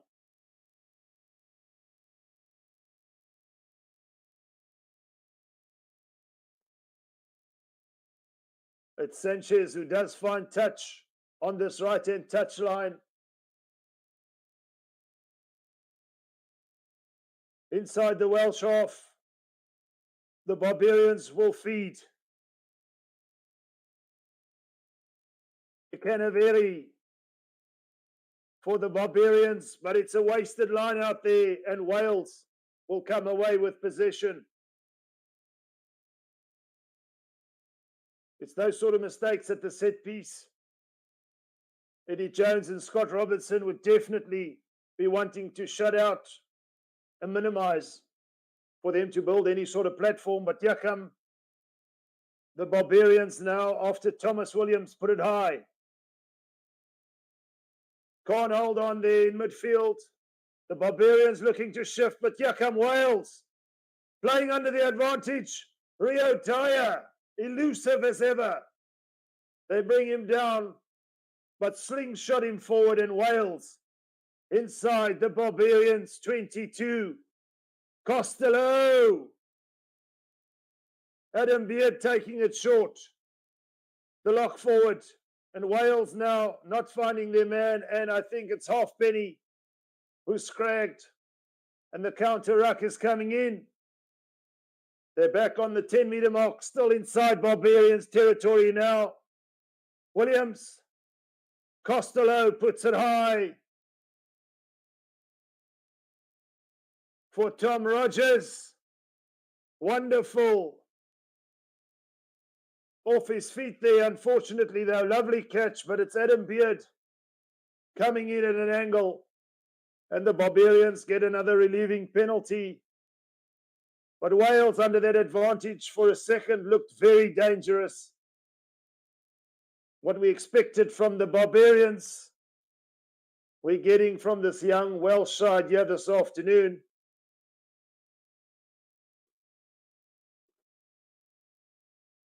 Costello, the young fly-off, put it up for Rogers, who took it high. But it's just the entry at the ruck from the number 5, Adam Beard. And the Barbarians have an opportunity now with another line out. Their first line out was a bit shaky. This time around, the referee just calling a retake of the line out there. Almost for a second, another unforced error, but Ekenaveri will have another opportunity. There was no contest there from Wales this time around. There is a slight fumble, but the referee says it's backwards. And here come the Barbarians now. Kuravoli. The scrum off. And here's a yellow card. It's Adam Beard. The lock forward.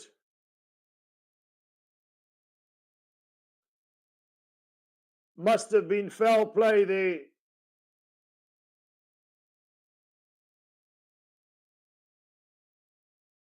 Deliberate infringement from Adam Beard. The referee's right on the spot, making a bold call, slapping it down, and in essence preventing Kuravoli from playing quickly. The referee's not taking any nonsense this afternoon, and Adam Beard will have to rest for 10 minutes. Wales will have to do with 14 men. And a lovely clearance from Sanchez puts them 10 meters out on this right-hand touchline. From the Wales sideline, we know they're going to go all out.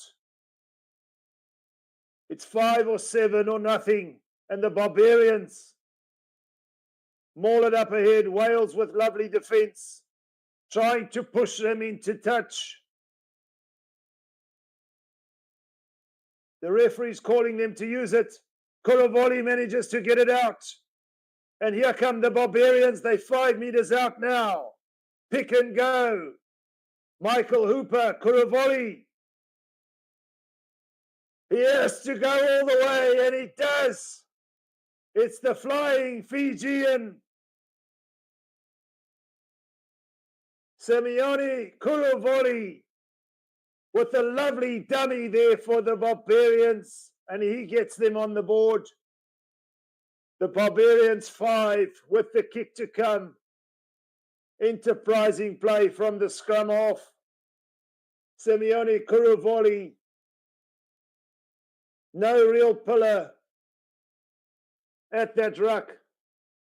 Fast feet from the scrum off.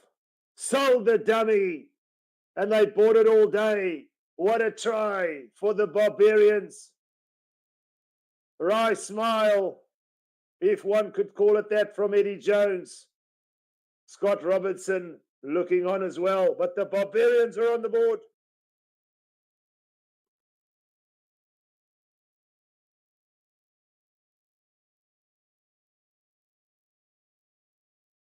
Sanchez with the opportunity to add the extra 2 now.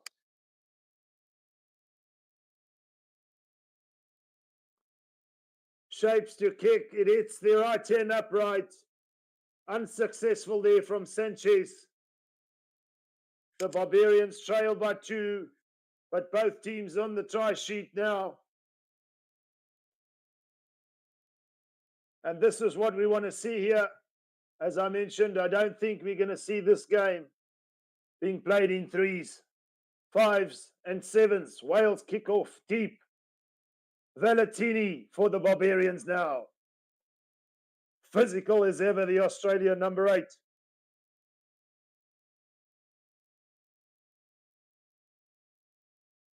Slight tussle there at the ruck. Currie shapes to kick. Finds a wonderful clearance, just doesn't find touch in Wales. Kick it back. The Barbarians. They're going to play. He has an opportunity now. The ball doesn't sit up well, and Wales come back. It's all action here at the Principality Stadium. Wales playing from left to right.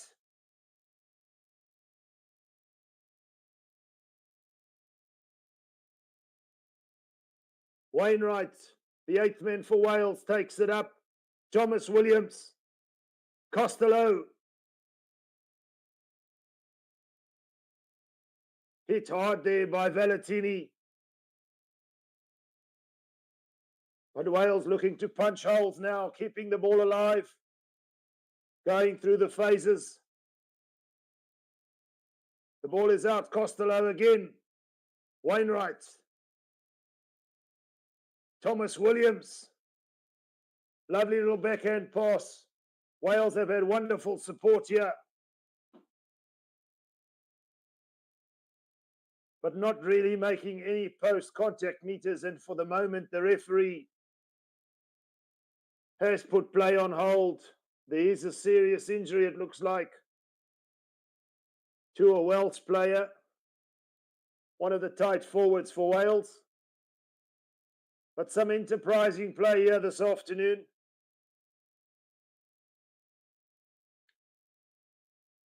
We're all thinking back to the Rugby World Cup and all the exciting moments we saw there. And for a moment, after South Africa won, we obviously celebrated, but I think to a large degree, there was a little bit of a vacuum that was created because it was all over. We've got it. We're celebrating in our hearts, in our minds as South Africans for what that victory means to us. But now we only get to see the Springboks, I guess, again next year, 2024, as they look to rebuild and defend that wonderful trophy that they've taken back to back. But to have an opportunity to have another international perhaps gives us that opportunity this afternoon to enjoy perhaps a sense of nostalgia, thinking back to the Rugby World Cup, looking at the fans in the stadium here this afternoon, the controversy around the water breaks, the bench split 6-2, 7-1, players going down early, head-on-head contact in the tackle, referee inconsistencies. It's had it all. And this is another opportunity where we can just look back and smile at what a campaign, especially if you're a South African supporter. As we see the Welsh, it's the loose head prop for Wales. Domachowski took a little bit of knock on the shoulder, just needed to get some magic spray, some relief, a moment for the lungs to breathe as the referee looks to reset play now. Just outside the 22 centre field. Wales in possession via Thomas Williams.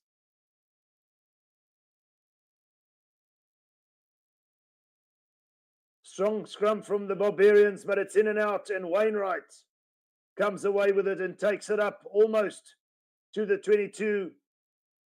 A wonderful steal, but Wales somehow come away with it again. They're into the 22. Ben Carter, the lock forward. Thomas Williams, Costello. Johnny Williams, the inside centre. Another counter ruck this time. Rob Valentini disrupting play enough there. And the Barbarians will have a put into the scrum. Tense moments there for the Barbarians, but a wonderful scrum. Michael Hooper chasing Wainwright down. But he made some wonderful gains there post-contact. But it's come to nothing for Wales here. The Barbarians will have the put in.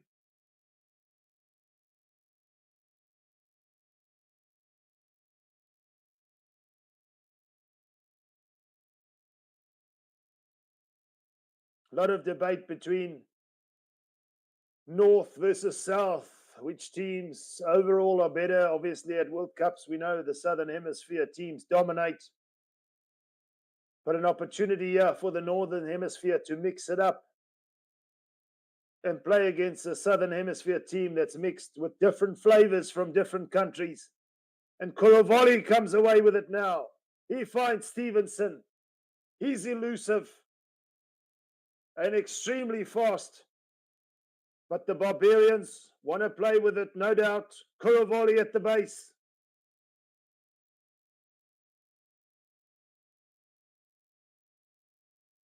There's some space here. Varsity in support. Wonderful. Currie. The scrum off. You can't keep him out of the game. They're just outside the 22 now. Sanchez at first 5. But Wales, after the little grab ahead, managed to regather possession. And they come away with it now. Rio Dyer. Here we go. This is what we wanted to see. It was Jack Morgan there for Wales. And the Barbarians look to play. It's all happening here this afternoon. It's a penalty to the Barbarians. Legally over the ball. Drosese having a few words of displeasure with the referee. Looks like he wanted to play quickly. But the Barbarians turning down the 3 points. Sanchez puts it into the corner. We're 6 meters out on this left-hand touchline. And now we're leveling up. Rob Valetini having a wonderful afternoon. Looking to make up for that loss of the Wallabies not featuring at this Rugby World Cup. Probably one of the teams we expected to see in the quarterfinals and just not featuring at all. It can vary for the Barbarians now. About 7 meters out on this left-hand touchline. Safe ball. Valetini at the back. He takes it up. It's only 2 meters out now. Wonderful hit. In defense from Wales. They're back on the 5 meter mark. But it's all action. It's a wide ball now. Robert Tamada. Drosese can't hold on. Looking to offload. In the tackle there. You saw the intent was good. Teammate to teammate. Robert Tamada to Drosese. And the ball just being knocked on. Wales will have a put in 5 meters out on this right-hand touchline. Putting the pressure on the Barbarians.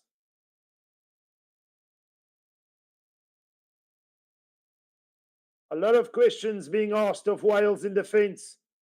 Perhaps the long ball skipped too many players, which killed the space, I guess, which forced the pass there, knocking it on there, Drosese.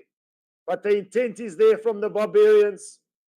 From this left-hand touchline, they shifted it all the way to the right-hand side, but just coming up short with the hands. Time off for the moment. Another couple of injury attentions or being attended to.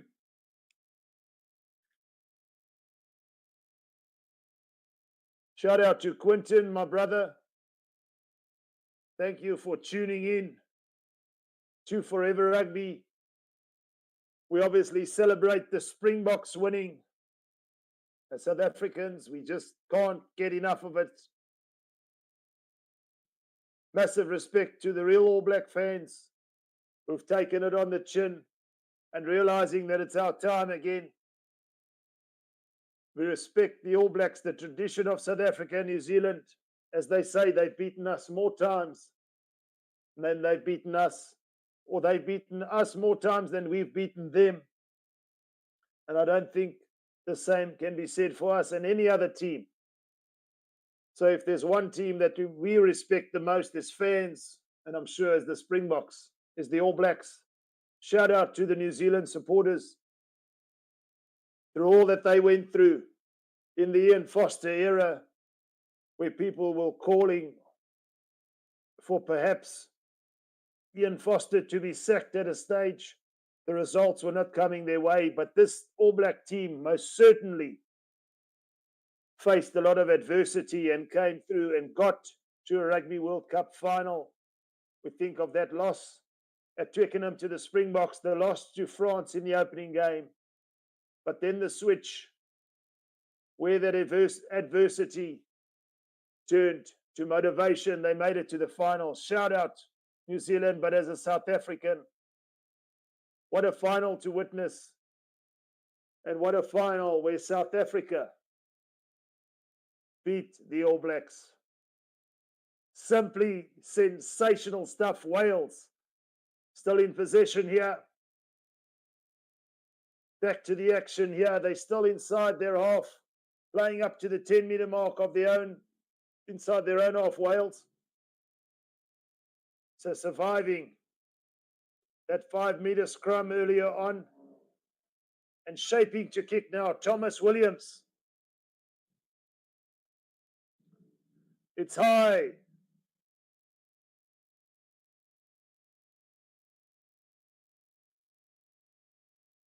And a penalty to Wales. The players of the Barbarians not retreating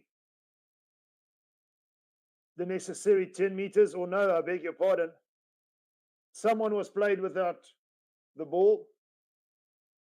And Wales back to 15 men, so only conceding the one try with Adam Beard in the bin. And Wales with the opportunity now. An attacking opportunity of their own. After starting so electrifying, they've weathered the storm somewhat, conceded a try, but they're still in the lead and they're 7 meters out on this left-hand touchline of Wales. Dewey Lake to feed, and it's straight route one with them all now. The referee says keep it up to the Barbarians. They're 2 meters out, or 3 meters out, should I say.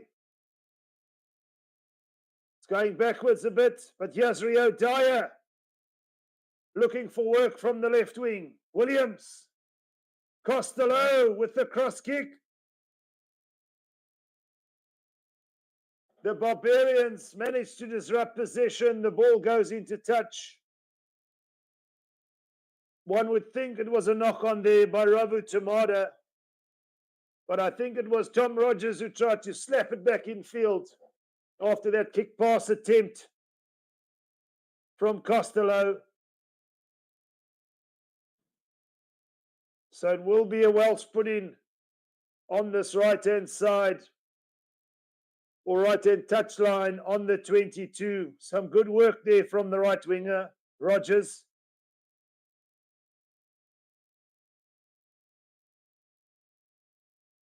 And here come the Barbarians. In fact, it was a line out. Currie again. He's all over the place. He's trying to get over the ball.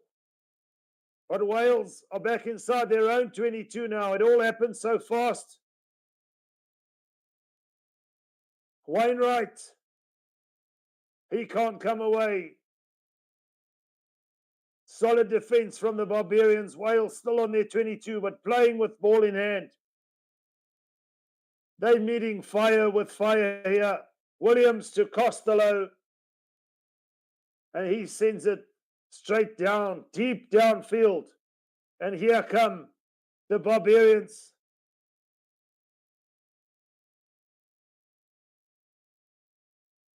enterprising as ever. Sanchez looking for grass, puts a lovely kick in, holds its weight deep into the Welsh territory now. And Costello is back.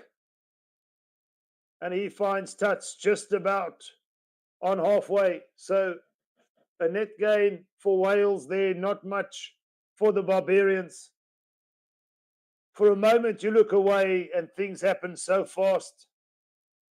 And then I guess the players also looking for a moment to breathe. So putting that ball into open space, setting up the line out. Wales, I'm sure, will be looking to put pressure on this Barbarian line out. Not as cohesive. Not had a lot of time together. The Canaveri with the feed. Finds Alan Wynne-Jones safe under that ball. The most capped Welsh player, Alan Wynne-Jones, playing for the Barbarians tonight. It shifted again to Stevenson on this left-hand touchline. So from right to left, Currie again. They play centre field from left to right. They need someone to straighten now, and he does. It's away, but Currie just can't hold on.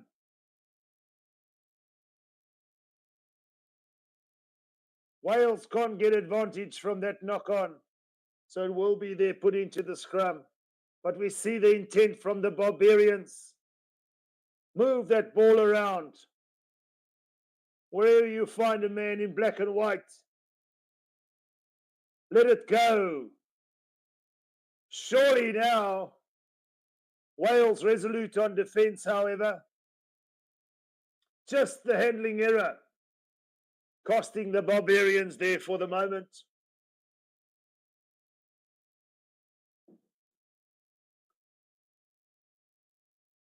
Eddie Jones and Scott Robertson, be interesting to hear what sort of conversations they would be having.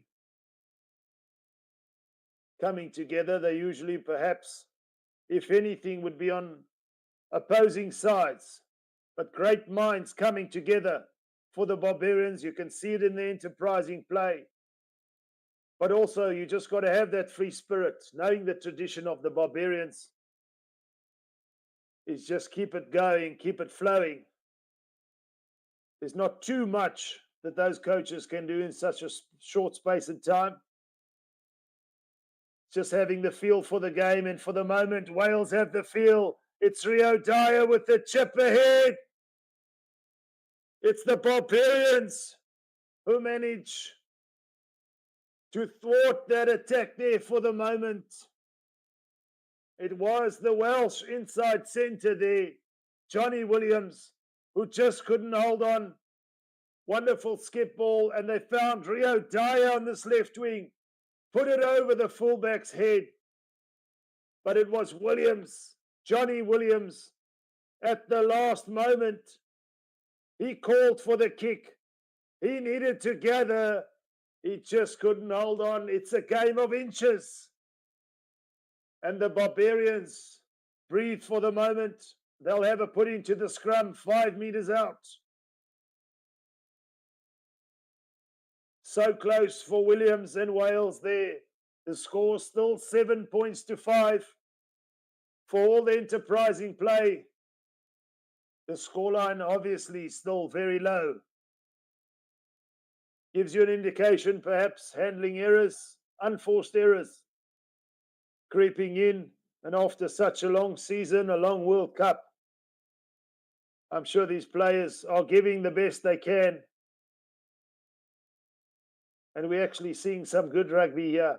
Positive rugby. Talking about positive rugby, a lot of debate around the Springboks. The way they try and slow the game down, I guess. Throughout the tournament, different pundits were giving them a lot of grief. But if you're South African and you have certain strengths and the laws define certain things whereby you're allowed to do that, not necessarily slow the game down. But if you have the opportunity to change a player who's injured if you have the opportunity to get the opposition rattled with your strengths, with your scrum, with your set piece abilities, your patience in set piece. Why not use it as often as you can? I'm sure any team with that luxury would want to do that. So perhaps for me, a little bit of sour grapes. But yeah, for the moment, some sour grapes for the Welsh front row going down in that scrum. So easy exit, yeah, for Sanchez and the Barbarians. Piatti on the spot. It's the Welsh loose head there, Domachowski going straight down, adjudged by the referee. Strong scrumming we've seen from the Barbarians this afternoon. And an exit that takes them between the 22 and 10-meter mark of their own territory. But Wales come away with the line-out ball. Rio Dyer, the tall, lanky left winger, he's come away with it again. Been very elusive in this game this afternoon. Wales now have got the defence in 6s and 7s. Lovely little ball out the back. And Wales have another try. It's Tom Rogers. Took a lovely little looping ball through the legs there. I think it was from George North. And Rogers scores the second try, and Wales are in. And one must say, Rio Dyer, the left winger, had a big part to play there, looking for work from the left wing. He started it. His teammate on the right wing finished it.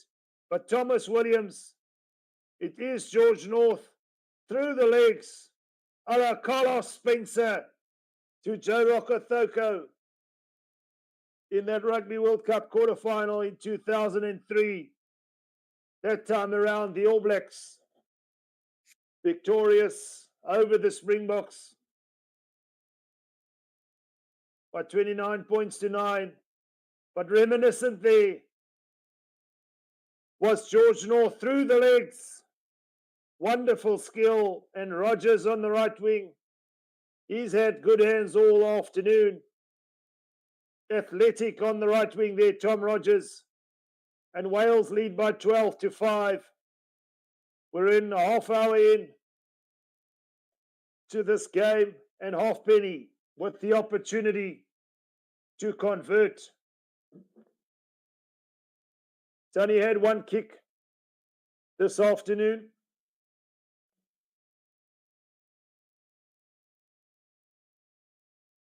"15 meters out from the right-hand touchline on the 22. Distance won't be a problem for Halfpenny.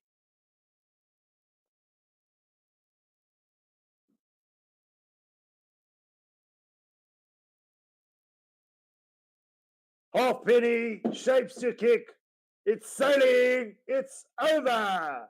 14 points to 5. We've had a lot of action. It's 2 tries to Wales, 2 conversions. The Barbarians 1 try, unconverted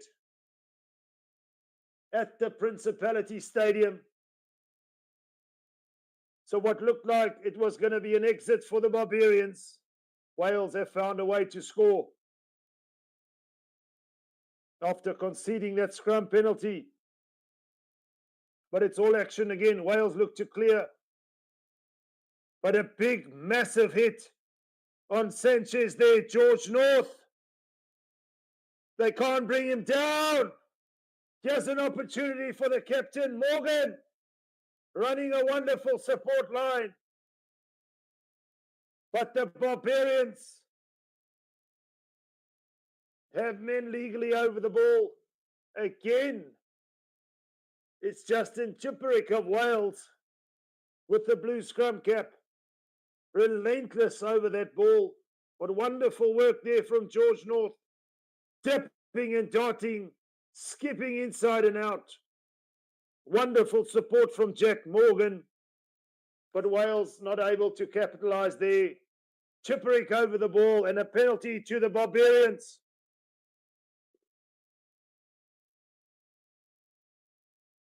We're on the 10-meter mark inside the Barbarians' territory now. And they will be in possession, desperate to get some of the ball.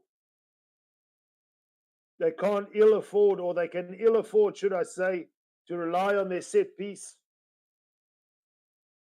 It's not the platform that's been working so smoothly this afternoon. So perhaps a bit of individual brilliance, a bit of urgency from the likes of Valetini to get that ball over the gain line. And Tipperik, it's a set move here. It's looking good. Wonderful ankle tackle there in midfield from Wales, but the Barbarians still inside Wales territory. Hands beyond the ball from Wales, and the Barbarians will get another opportunity. They're into Wales territory now, just about centre field.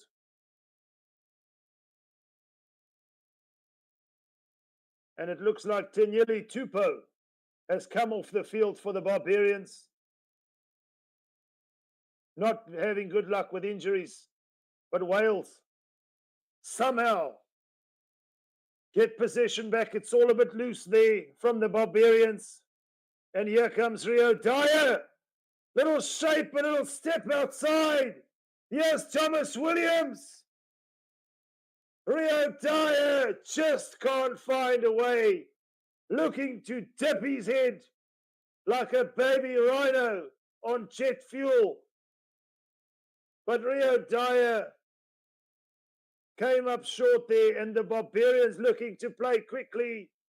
It's frenetic stuff here, but the referee calls them back. It's going to be a line out to the Barbarians. Rio Dyer has electrifying pace, showed his defender the outside, found Thomas Williams on the inside. When he got the ball back from Thomas Williams, slightly high in his body position and forced into touch, the Barbarians breathe, and Hooper takes it off the line out. Kurovali at the back.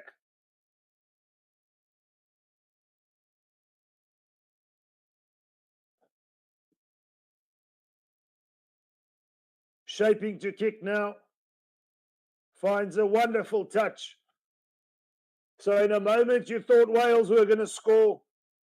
Just like that, the Barbarians exit their own danger zone and are almost up to halfway. Wales come again, however. It's quick ball. Dyer again. He's having a wonderful performance from that left wing. Rio Dyer, the future. Of course, they've got the likes of Rhys Zammit.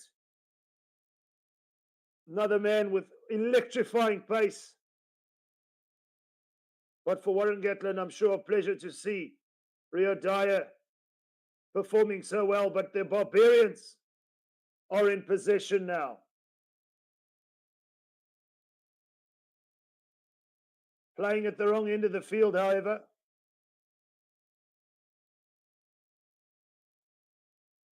Alan Wynne-Jones picks and goes. Wales looking for the turnover. Thomas Williams there. The Barbarians not able to secure the ball. Adam Beard got a yellow card earlier. Looking to make amends.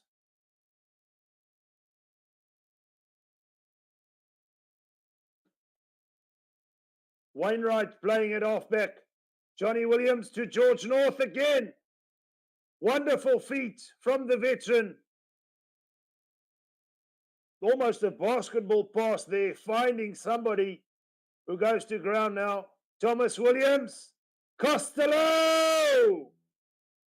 What a wonderful try. What vision from this halfback pairing. Costello called it early, and Thomas Williams duly put it over the top. Slight injury there to Costello as he landed. The defender came across, but Wales have another try. And what a wonderful bit of vision there from 9 and 10 for Wales. So what we thought we were going to see from the Barbarians, this young Welsh side is turning it on. It's Sam Costello who scores.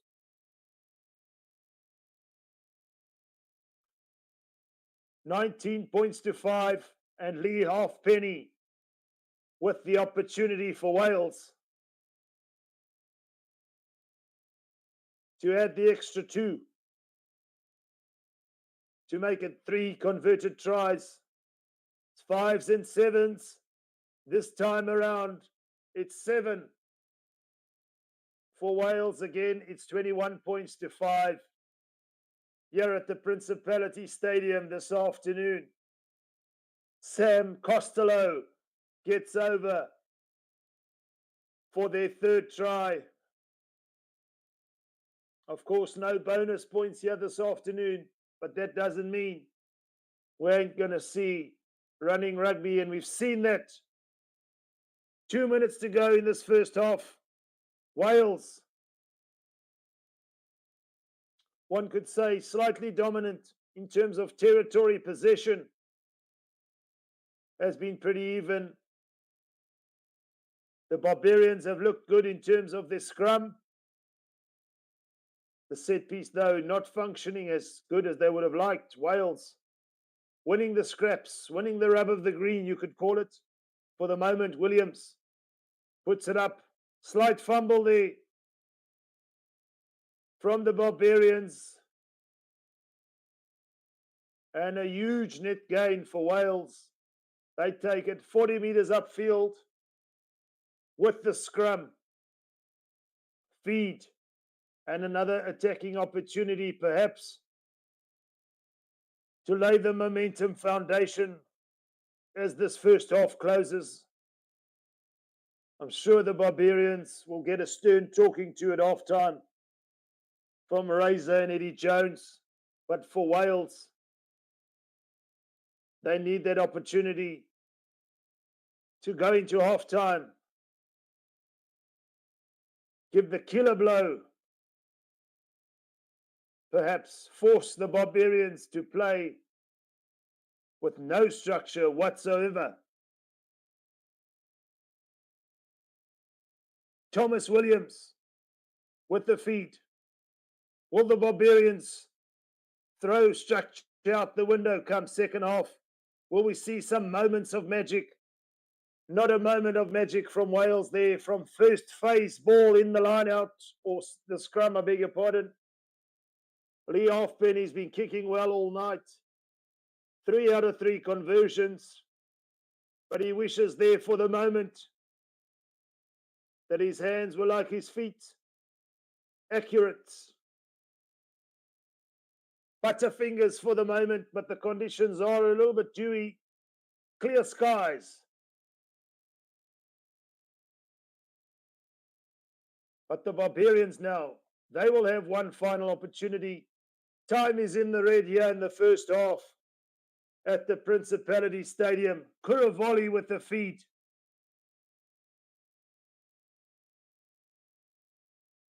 To Sanchez. Ikitau. Here come the Barbarians. Rubber tomato on this left wing. They're 6 meters out. Wonderful, wonderful attacking play from the scrum there. It was first phase ball, but no one there to secure it.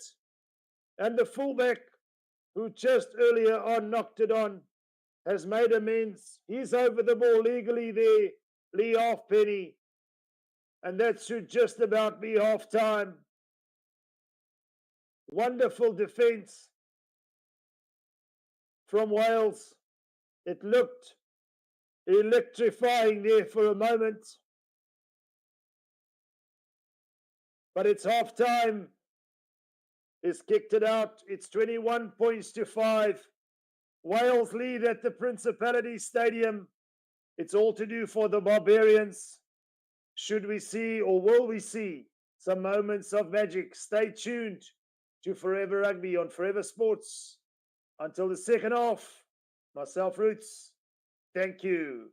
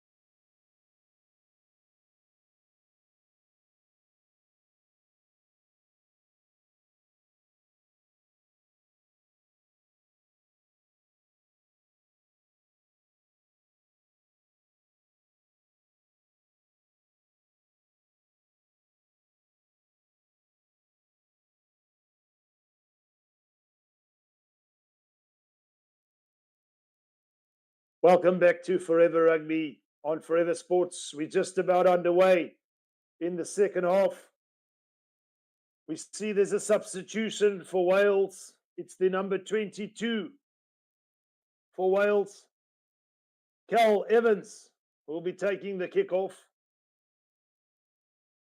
Wales playing from left to right, and we're underway. Wales lead by 21 points to 5 at the Principality Stadium. It's deep inside the 22 of the Barbarians, right up against this right-hand touchline. But the referee judging an infringement from Wales there. And the Barbarians want to play quickly now. It's ball in hand, offload in the tackle. Here they go. Outside their 22. Here comes Ravu Tamada. Perhaps their line-out set piece not functioning as good as they'd like. Chiperic with the little offload to his tight forward. Currie, Sanchez. They've upped the tempo now from that half-time team talk, I'm sure. Wales eager to get over the ball. But the Barbarians force it back with the kick. And Halfpenny decides to return the favour. Sanchez is back, looking for the safety of the touchline and finding it on the 10-metre mark of the Welsh territory on this right-hand touchline. Net gain there for the Barbarians, but for a moment we thought they were going to break loose. Shout out Kobus de Toy Bosman. Thank you for your kind words, sir. From where in the world are you watching this wonderful game? And I say this wonderful game, it's the wonderful game of rugby. Perhaps, as I mentioned, we're coming down from the high of the Rugby World Cup. But when we see two teams going to war, when we see as South African fans, especially the physicality aspect, the will to win, we're still excited. And here we see it from Wales now. It's Wainwright bundled into touch there from the kick pass there. I think it was Cal Evans. Gathered from Wainwright, but Stevenson put him into touch. We're just about on halfway here. No space to move there, Aaron Wainwright.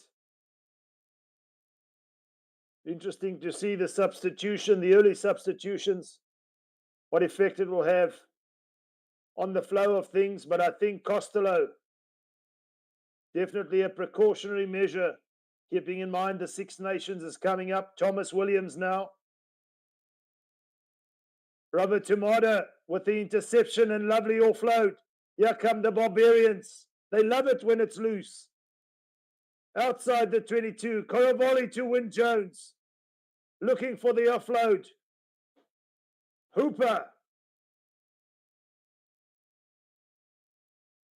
No one over the ball there for the Barbarians. Wales breathe a sigh of relief. They get the penalty.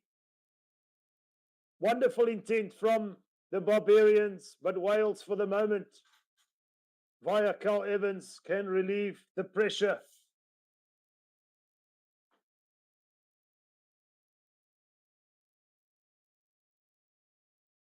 Looking for touch, Cal Evans, looking for perhaps too many meters.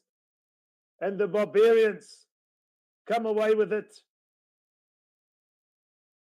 Tom Rogers, the inside centre, gathers the little chip over the top. Wales back in possession, just on halfway. Williams with the chip over the top, finding grass. Awkward bounce of the ball. Stevenson is back. Sanchez has the safety of his boot and finds a wonderful clearance for the Barbarians. Thomas Williams, the scrum off, seeing the space over the top, putting in the kick, the ball bouncing in his favour. But Sanchez rescuing the situation for the Barbarians. Dewey Lake with the feed for Wales.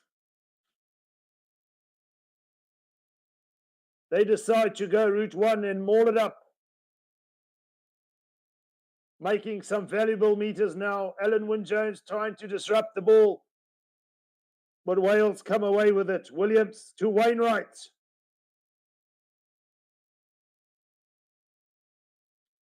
Adam Beard, the lock forward, takes it off Williams. Evans now with the kick pass across field.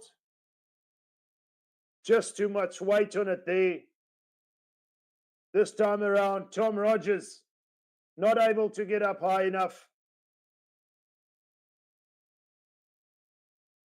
Wales trying to create space with the kick pass. But the Barbarians now need to start playing with ball in hand. But you can only do that if you keep the ball. So in other words, ball retention important here. As the replacement,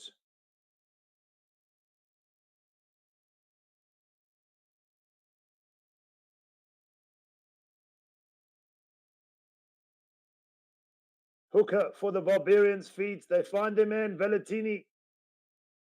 2 men bring him down. We're on the 10-meter mark. On Barbarians territory. They come away with it. There's some space here. Wonderful chip ahead. Chipperick is after it. Wonderful tackle. Wonderful try. It's Currie again. Can you believe it? Perhaps 1 or 2 lucky sequences of events there. The referee's going to check it. But that is Barbarian rugby at its best. Chipperick, the man with the blue scrum cap, chasing down the ball. Wales for a moment having a man with the ball in possession. But Chipperick hit him hard. The ball came loose. And Currie, the scrum off, might have a double here this afternoon. We wait and see what the TMO says here. The controversial TMO.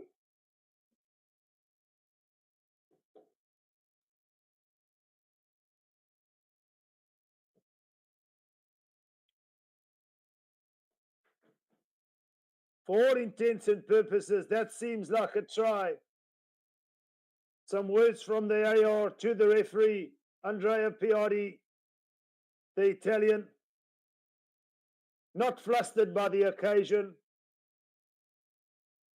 As we mentioned, the culmination of the international season. This match, Wales versus the Barbarians. They're looking for a potential offside. There's none there.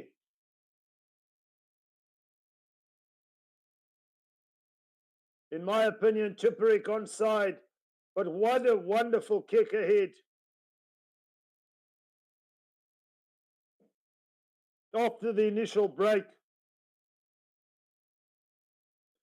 it was Williams coming back for Wales. But Chipperick hit him hard, which caused him to fumble. And Currie cleaned up and scored. What saith the TMO?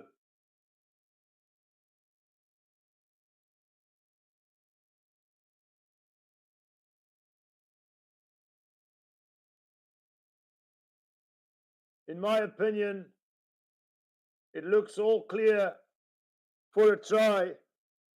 No offside from the initial grubber ahead.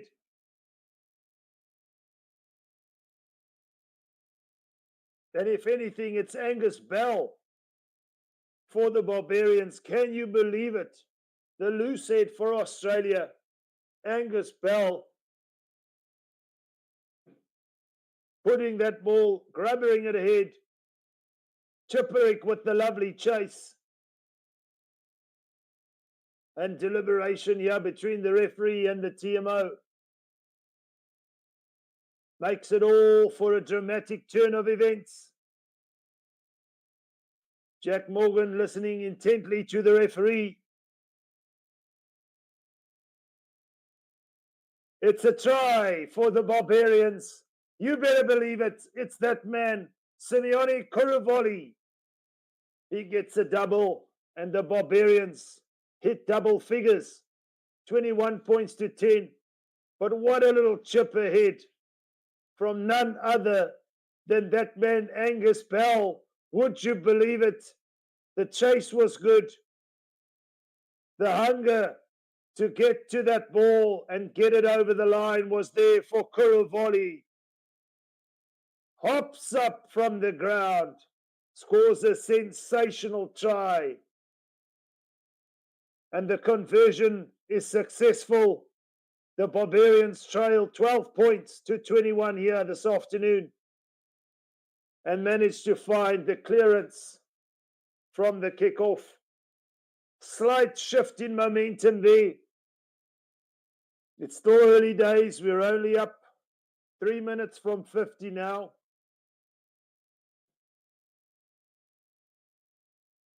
We're into the third quarter. Well and truly, and Wales take possession from the line out. North, wide ball out to Rogers. Robert Tomato meets him halfway, causes him to lose the ball, and the Barbarians are back in possession. Stevenson looking for a 50-22, the bounce of the ball just going over the try line. And Wales will have an opportunity to clear. But some good defense there from Robert Tomato on the swing, thwarting any attack from Wales. And Wales are forced to kick with the goal line dropout now. Still leading, of course, 21 points to 12.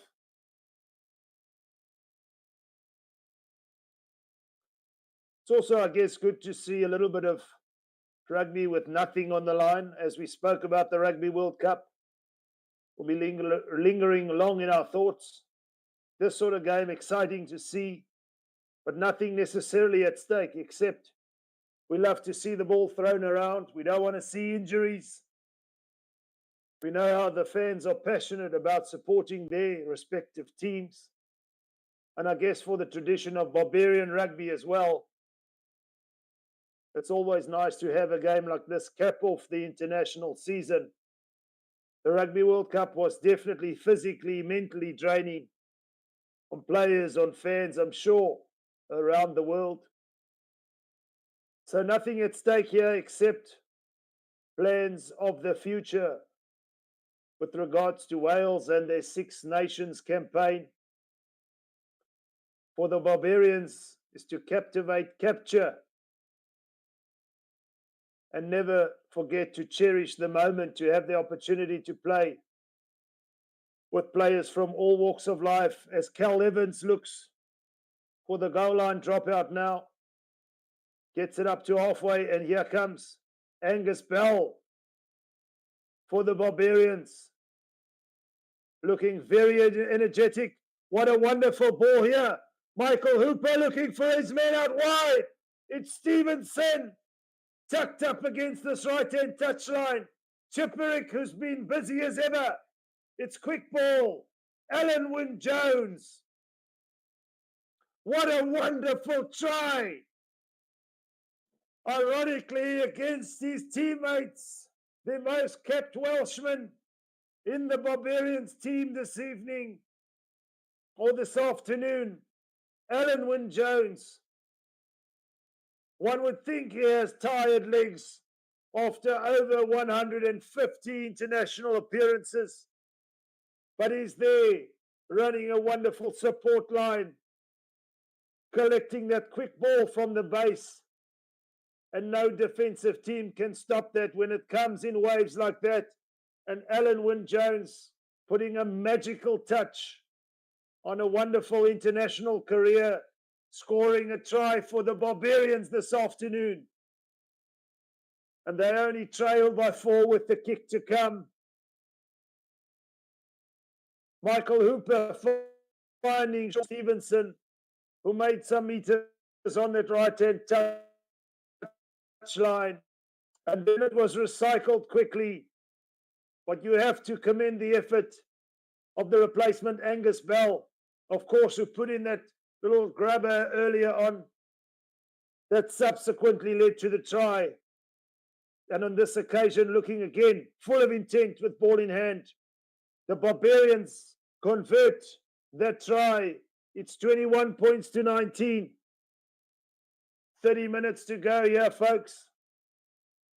A lot has changed since the first half, or since the culmination of that first half. From a little momentum shift, it's been a massive momentum shift. Wales still in the lead, though.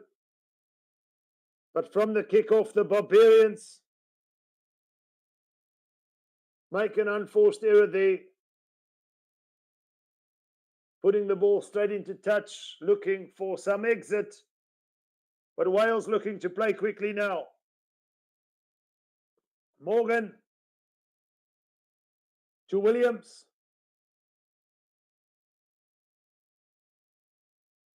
Wales relentless.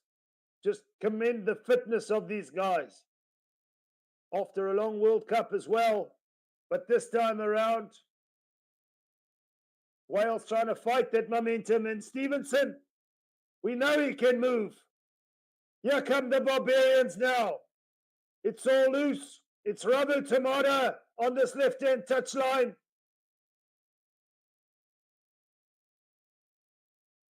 Surely now, Alan Wynne-Jones, one-handed, finds Valentini. It's almost as if that ball is flaming hot. And here comes Stevenson. They're making some meters now. Trying to go wide. Just not the kick there. Not the right option there from the Barbarians.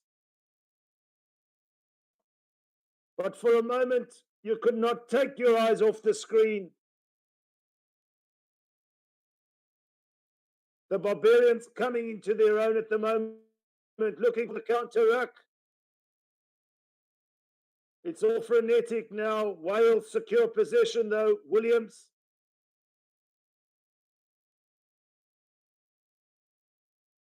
Cal Evans.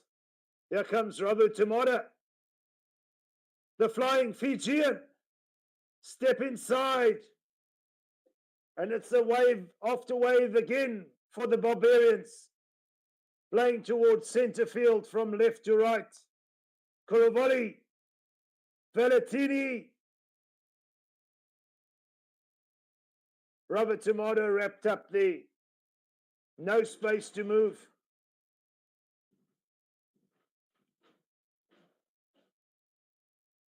Wales forced to defend here. Breaking the first line there. The tight forward of the Barbarians. Show and go. The referee says play on, no knock on. Angus Bell again. Looking for the offload. There's no one on that wing. The ball's going to roll into touch. But the Barbarians playing the enterprising rugby in the second half. Closing off this third quarter. A much better showing from the Barbarians in the second half up to now.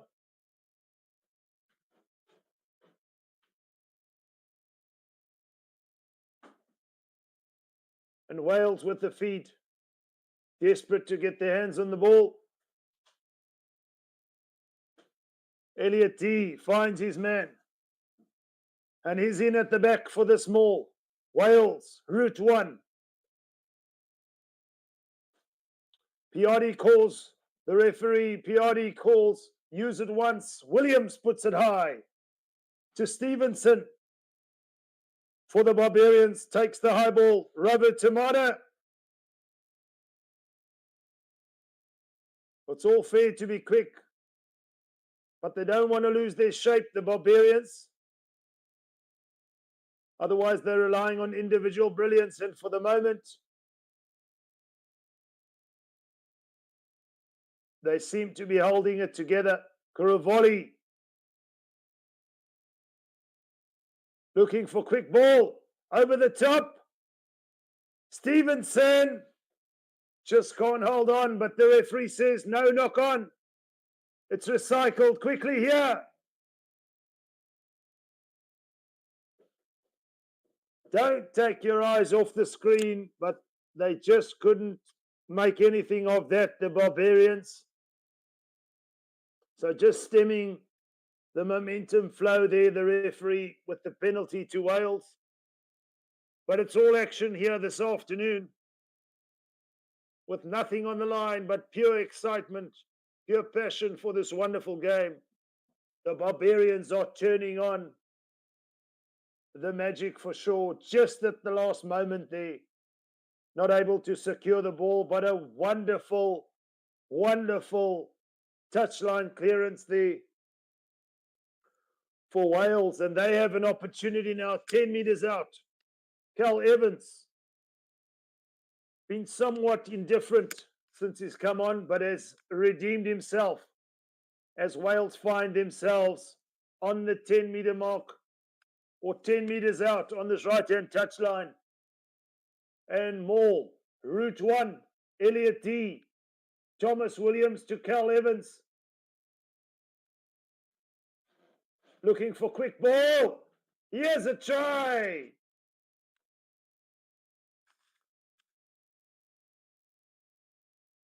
It's Tane Plumtree for Wales.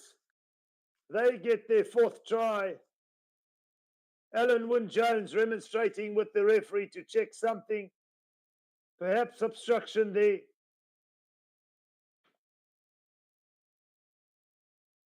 Plumtree with a clear run in. It looked a little bit too easy, and the referee will be checking in with the infamous, the controversial TMO. I say controversial because sometimes people talk about the TMO needing to talk less to the referee during the game and allowing the referee to dictate the play and the players to dictate the tempo. And other people are perhaps in favor of the TMO getting into the referee's ear as quickly as possible or as often as possible to get every single call scrutinized.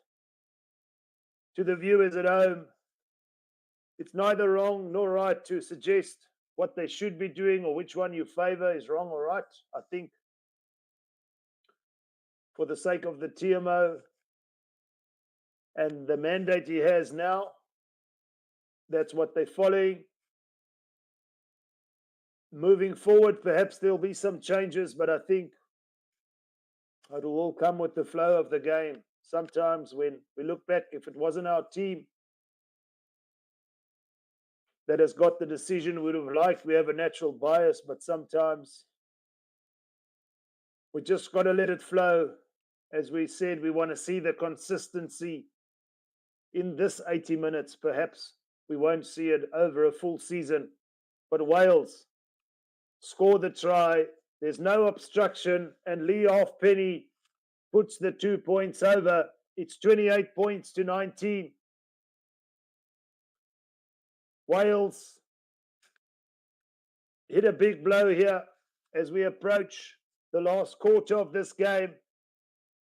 You could see the Barbarians calling for a little bit of obstruction. The referee, the TMO, of a different opinion on that occasion. And Wales get their fourth try.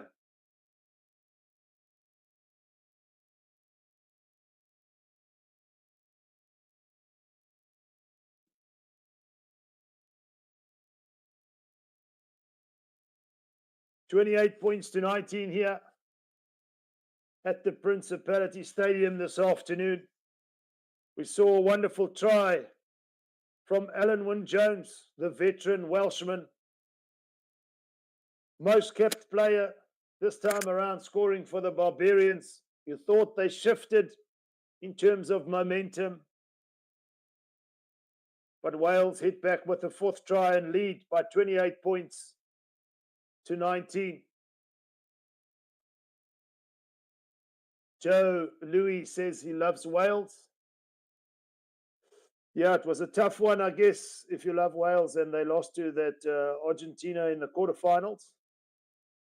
I think Wales might have given the All Blacks a better go in that semi-final. I'm not sure what you guys think. But there's definitely some quality. As we mentioned, the likes of Rio Dyer, Aaron Wainwright, Louis Rees-Zammit, the young fly off Costello who's gone off. Wales in possession now, looking to work themselves up to halfway. Playing from right to left, Wainwright, the busy eighth man for Wales. Evans to Adam Beard, losing a few meters now. Alan Wynne-Jones ever present at the pillar there, but Wales manipulating some space. Rio Dyer to Jack Morgan, back to Rio Dyer, but he has no room to move. And the Barbarians do well in defence there to stop that attack from Wales. But they're going to be desperate to get their hands on the ball in this last 20 to clear that deficit. It's more than one score.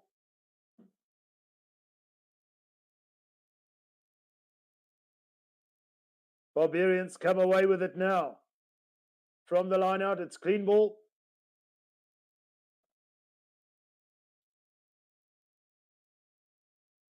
Inside the Welsh 10-meter mark now, inside their territory, and a penalty. Kuravoli decides to take it quickly, but the referee calls him back. But he has the opportunity now. I'm sure they'll put it out. Into touch. Piatti, Andre Piatti, the referee. The judging. The Welshman's hands were beyond the ball, not supporting his own body weight. You've got to show clear release and then get over the ball there. Alan Wynne-Jones, with all his experience, bringing the forward pack together. They know there's a few moments left for them to put a stamp on this game, get a victory. Wouldn't it be a special moment for him, I guess? Ironically, against his former teammates. But there's nothing at stake here, folks. Just a good brand of rugby. And here comes Angus Bell. Alan Wynne-Jones. Wainwright can't play the ball on the ground. Sanchez. And no space being able to be manipulated there from the Barbarians. Michael Hooper trying to put a ball over the top on this right-hand touchline. But somebody needed to run a little bit straighter there. And Wales breathe for the moment.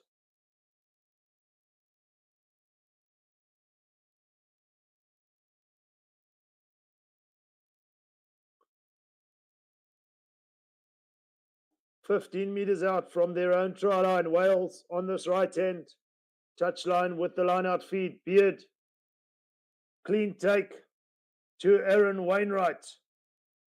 Hits it hard, but he's met hard in defence.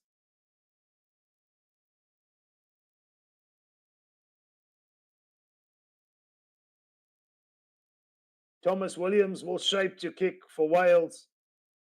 From inside his own 22, doesn't want to find touch.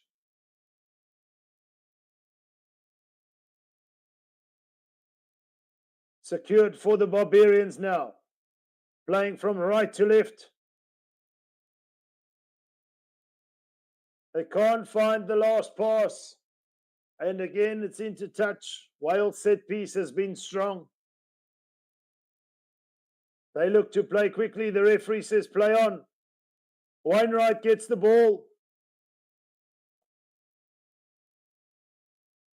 Williams to Dyer, and he's in touch. It's all frenetic here.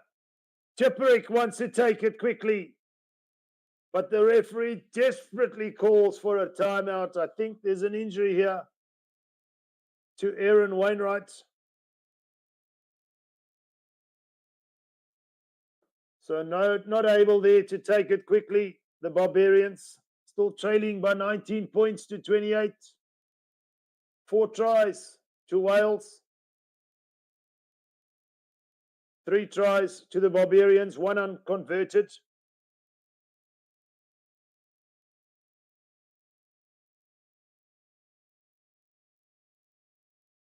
As we mentioned, no bonus points on the line here. Just let's get some positive rugby going. I think Wales looking for a late tackle there, a late charge.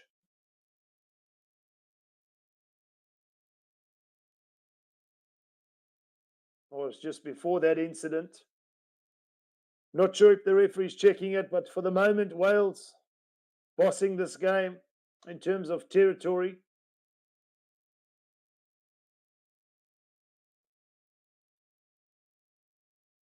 Daniele Tupou, the Australian, definitely off early in this game, injured.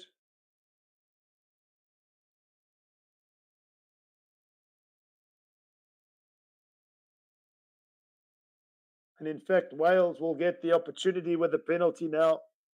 So it was, in fact, a late charge there on the inside centre. And Cal Evans, with a massive boot, puts the ball deep into the 22 on this right-hand touchline and sets another platform from set piece, which has been very strong for Wales.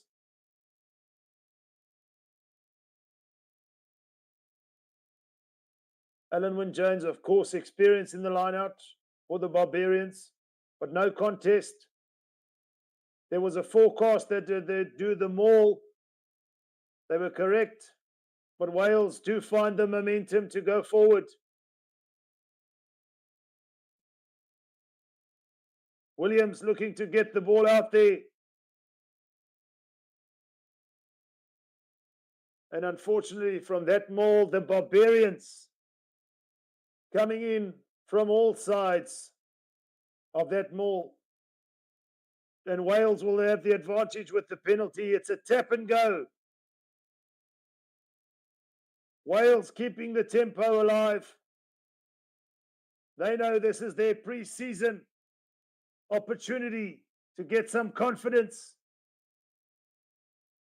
It's a big stage for these players, especially the young players of Wales,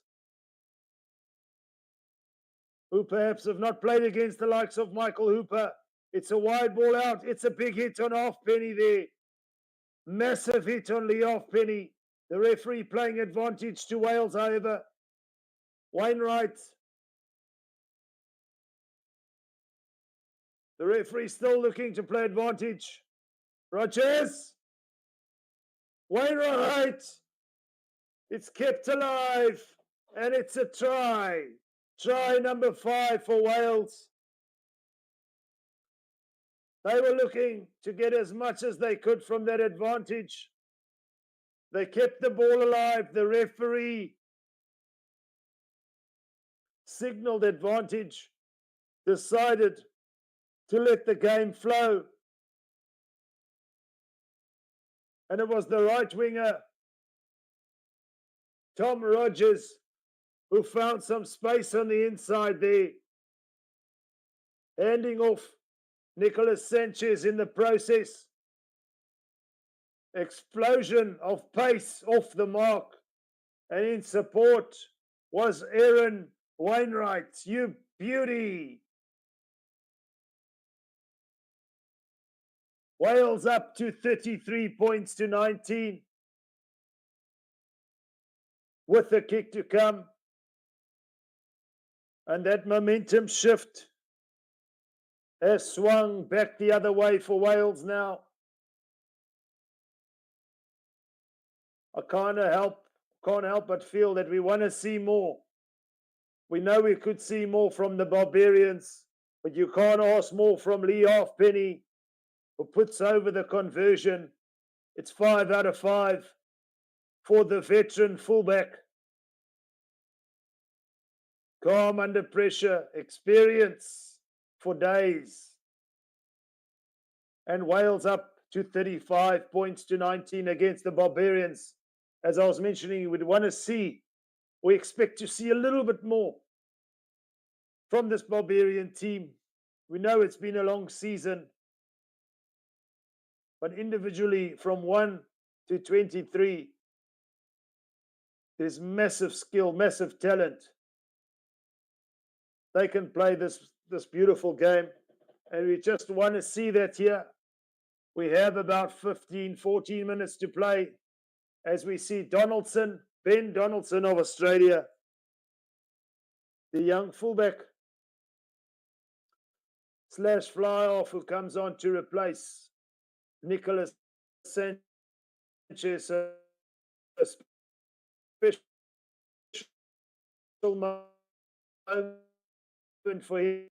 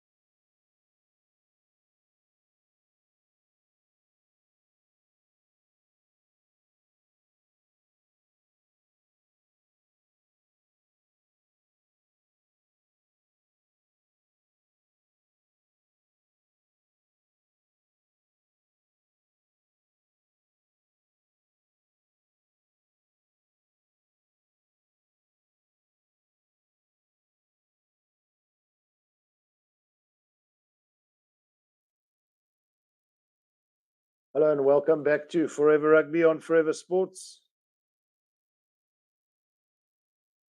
I do apologize for the break in play there or in transmission.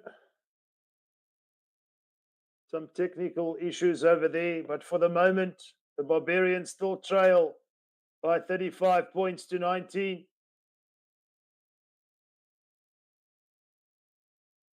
For all intents and purposes, the Barbarians have tried this evening, but this young Welsh side has stood up to it with 8 minutes to play. Will there be any sort of leadership morale from Alan Wynne-Jones to get them an opportunity to get close? But Wales have pulled away for the most part. This obviously the culmination to the international season. And as we mentioned, for this young Welsh side of Warren Gatland, the opportunity to build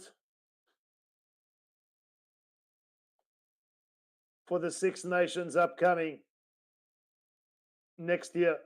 Tuparik with the ball for the Barbarians now, going inside the 10-meter mark of Wales, and another penalty to the Barbarians.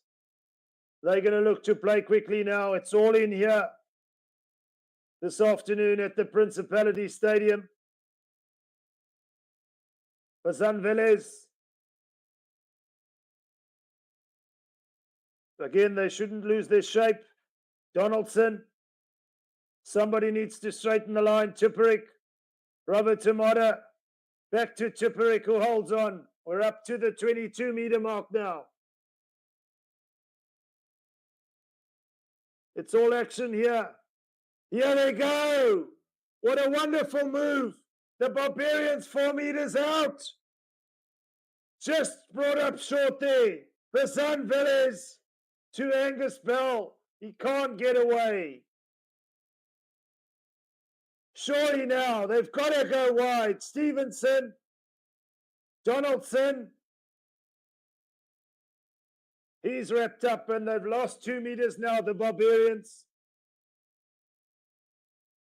They've got to make it count here. The Welsh over the ball, looks like illegally so. Here comes the chip ahead. Into no man's land, really. It's going to be a goal line dropout. And Thomas Williams. He tries to kick it ahead quickly. But it's a try for the Barbarians. Snuffed out of nowhere.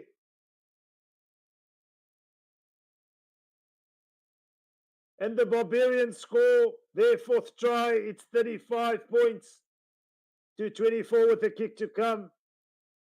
A moment, perhaps a brain freeze there from Thomas Williams on his own try line. Looked like he didn't want the ball. And the Barbarians score their 4th try.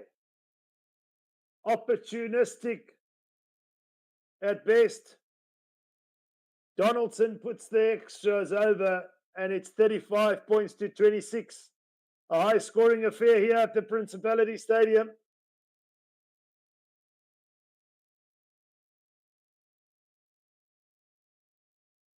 Cal Evans will have an opportunity to restart. Just about 5 minutes left here.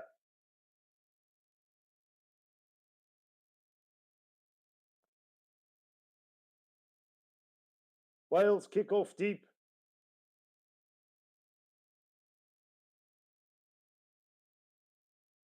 But the Barbarians will look to play from deep. Somebody's got to straighten the line, though. They can't keep shifting the ball with centre field. 10 meters from their own try line, the Barbarians. There we go. You've got to straighten now. Can't find the offload.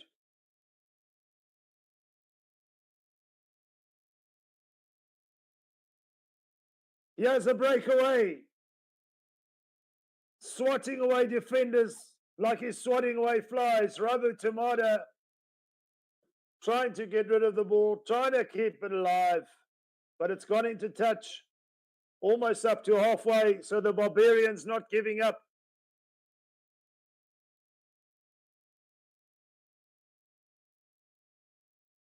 In any instance there, but just coming up short with the handling errors.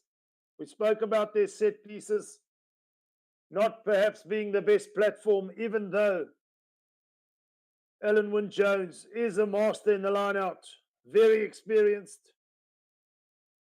Preferred to keep it down so they could try and counter the small, which they do now, the Barbarians, but Wales make some traction, positive meters. Evans, who comes away with it, Sean Stevenson, but he throws it away needlessly.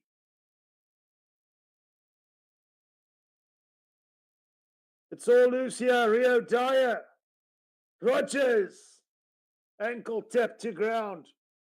Wales with the penalty advantage. This time around, the Barbarians with their hands beyond the ball. Something they could ill afford now. There's only 3 minutes left. An enterprising afternoon nonetheless. But Wales by 5 tries to 4 at the moment. And of course with that extra conversion, 1 missed from Nicolas Sanchez. But some wonderful handling, and at the last minute, I guess, sometimes in this game, handling letting the players down. But I guess we also expect it to be at 100% when perhaps it's been a long season, as we mentioned, the Rugby World Cup, physically and mentally tough on the players. But they look up for it this evening, both teams. It's been a treat for the fans who's come to the stadium to see the likes of Alan Wynne-Jones scoring for the Barbarians. Some sentiment there. But Wales looking to put the last stamp on this game. Of course, lead by 35 points to 26. And it's route 1 maul again, Elliot T at the back of that maul for Wales.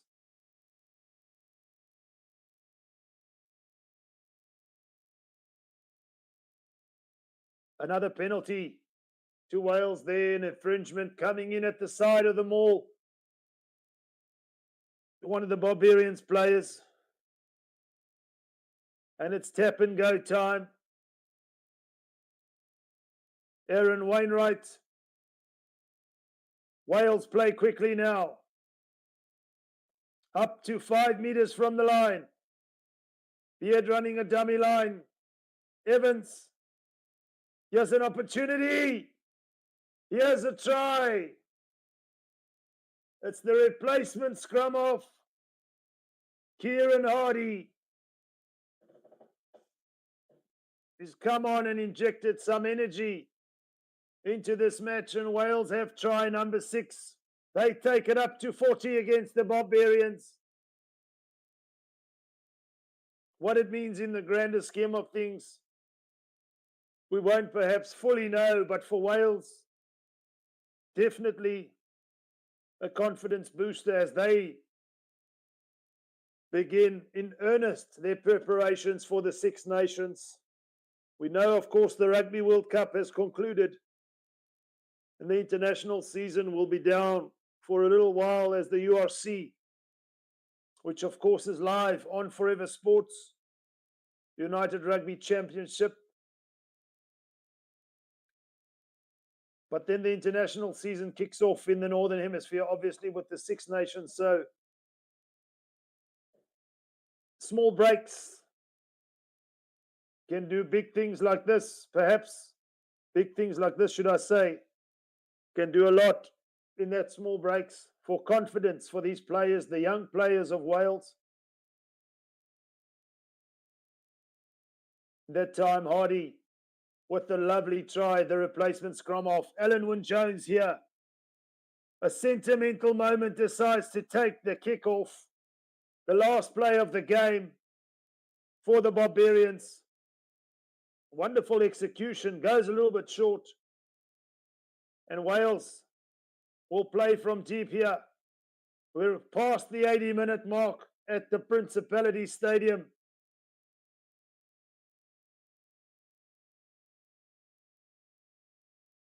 Here come Wales. Morgan fends off one. The ball is still available. The defense is still tough from the Barbarians. They can't win the game. What an occasion it's been. Moments to savor. And here come Wales. Rogers, the right winger. He's got space. He's got support on his inside. And dare I say it, Kieran Hardy wraps it up in full. We thought he did it a moment ago. But hello, that was deja vu. And the replacement scrum off gets another try. It's try number 7. He's got a brace. Wales up to 47 now. A lot of positive intent shown by this young Welsh side, which I'm sure will please Warren Gatland. But as any scrum off at international level, it was a wonderful support line from Kieran Hardy of Wales. The replacement scrum off. The conversion is successful. It's 49 points to 26. The game is over here at the Principality Stadium. It's all handshakes from Alan Wynne-Jones to his former teammates. For those of you who tuned in, thank you so much from myself, Rudes at Forever Rugby on Forever Sports. What a game of rugby.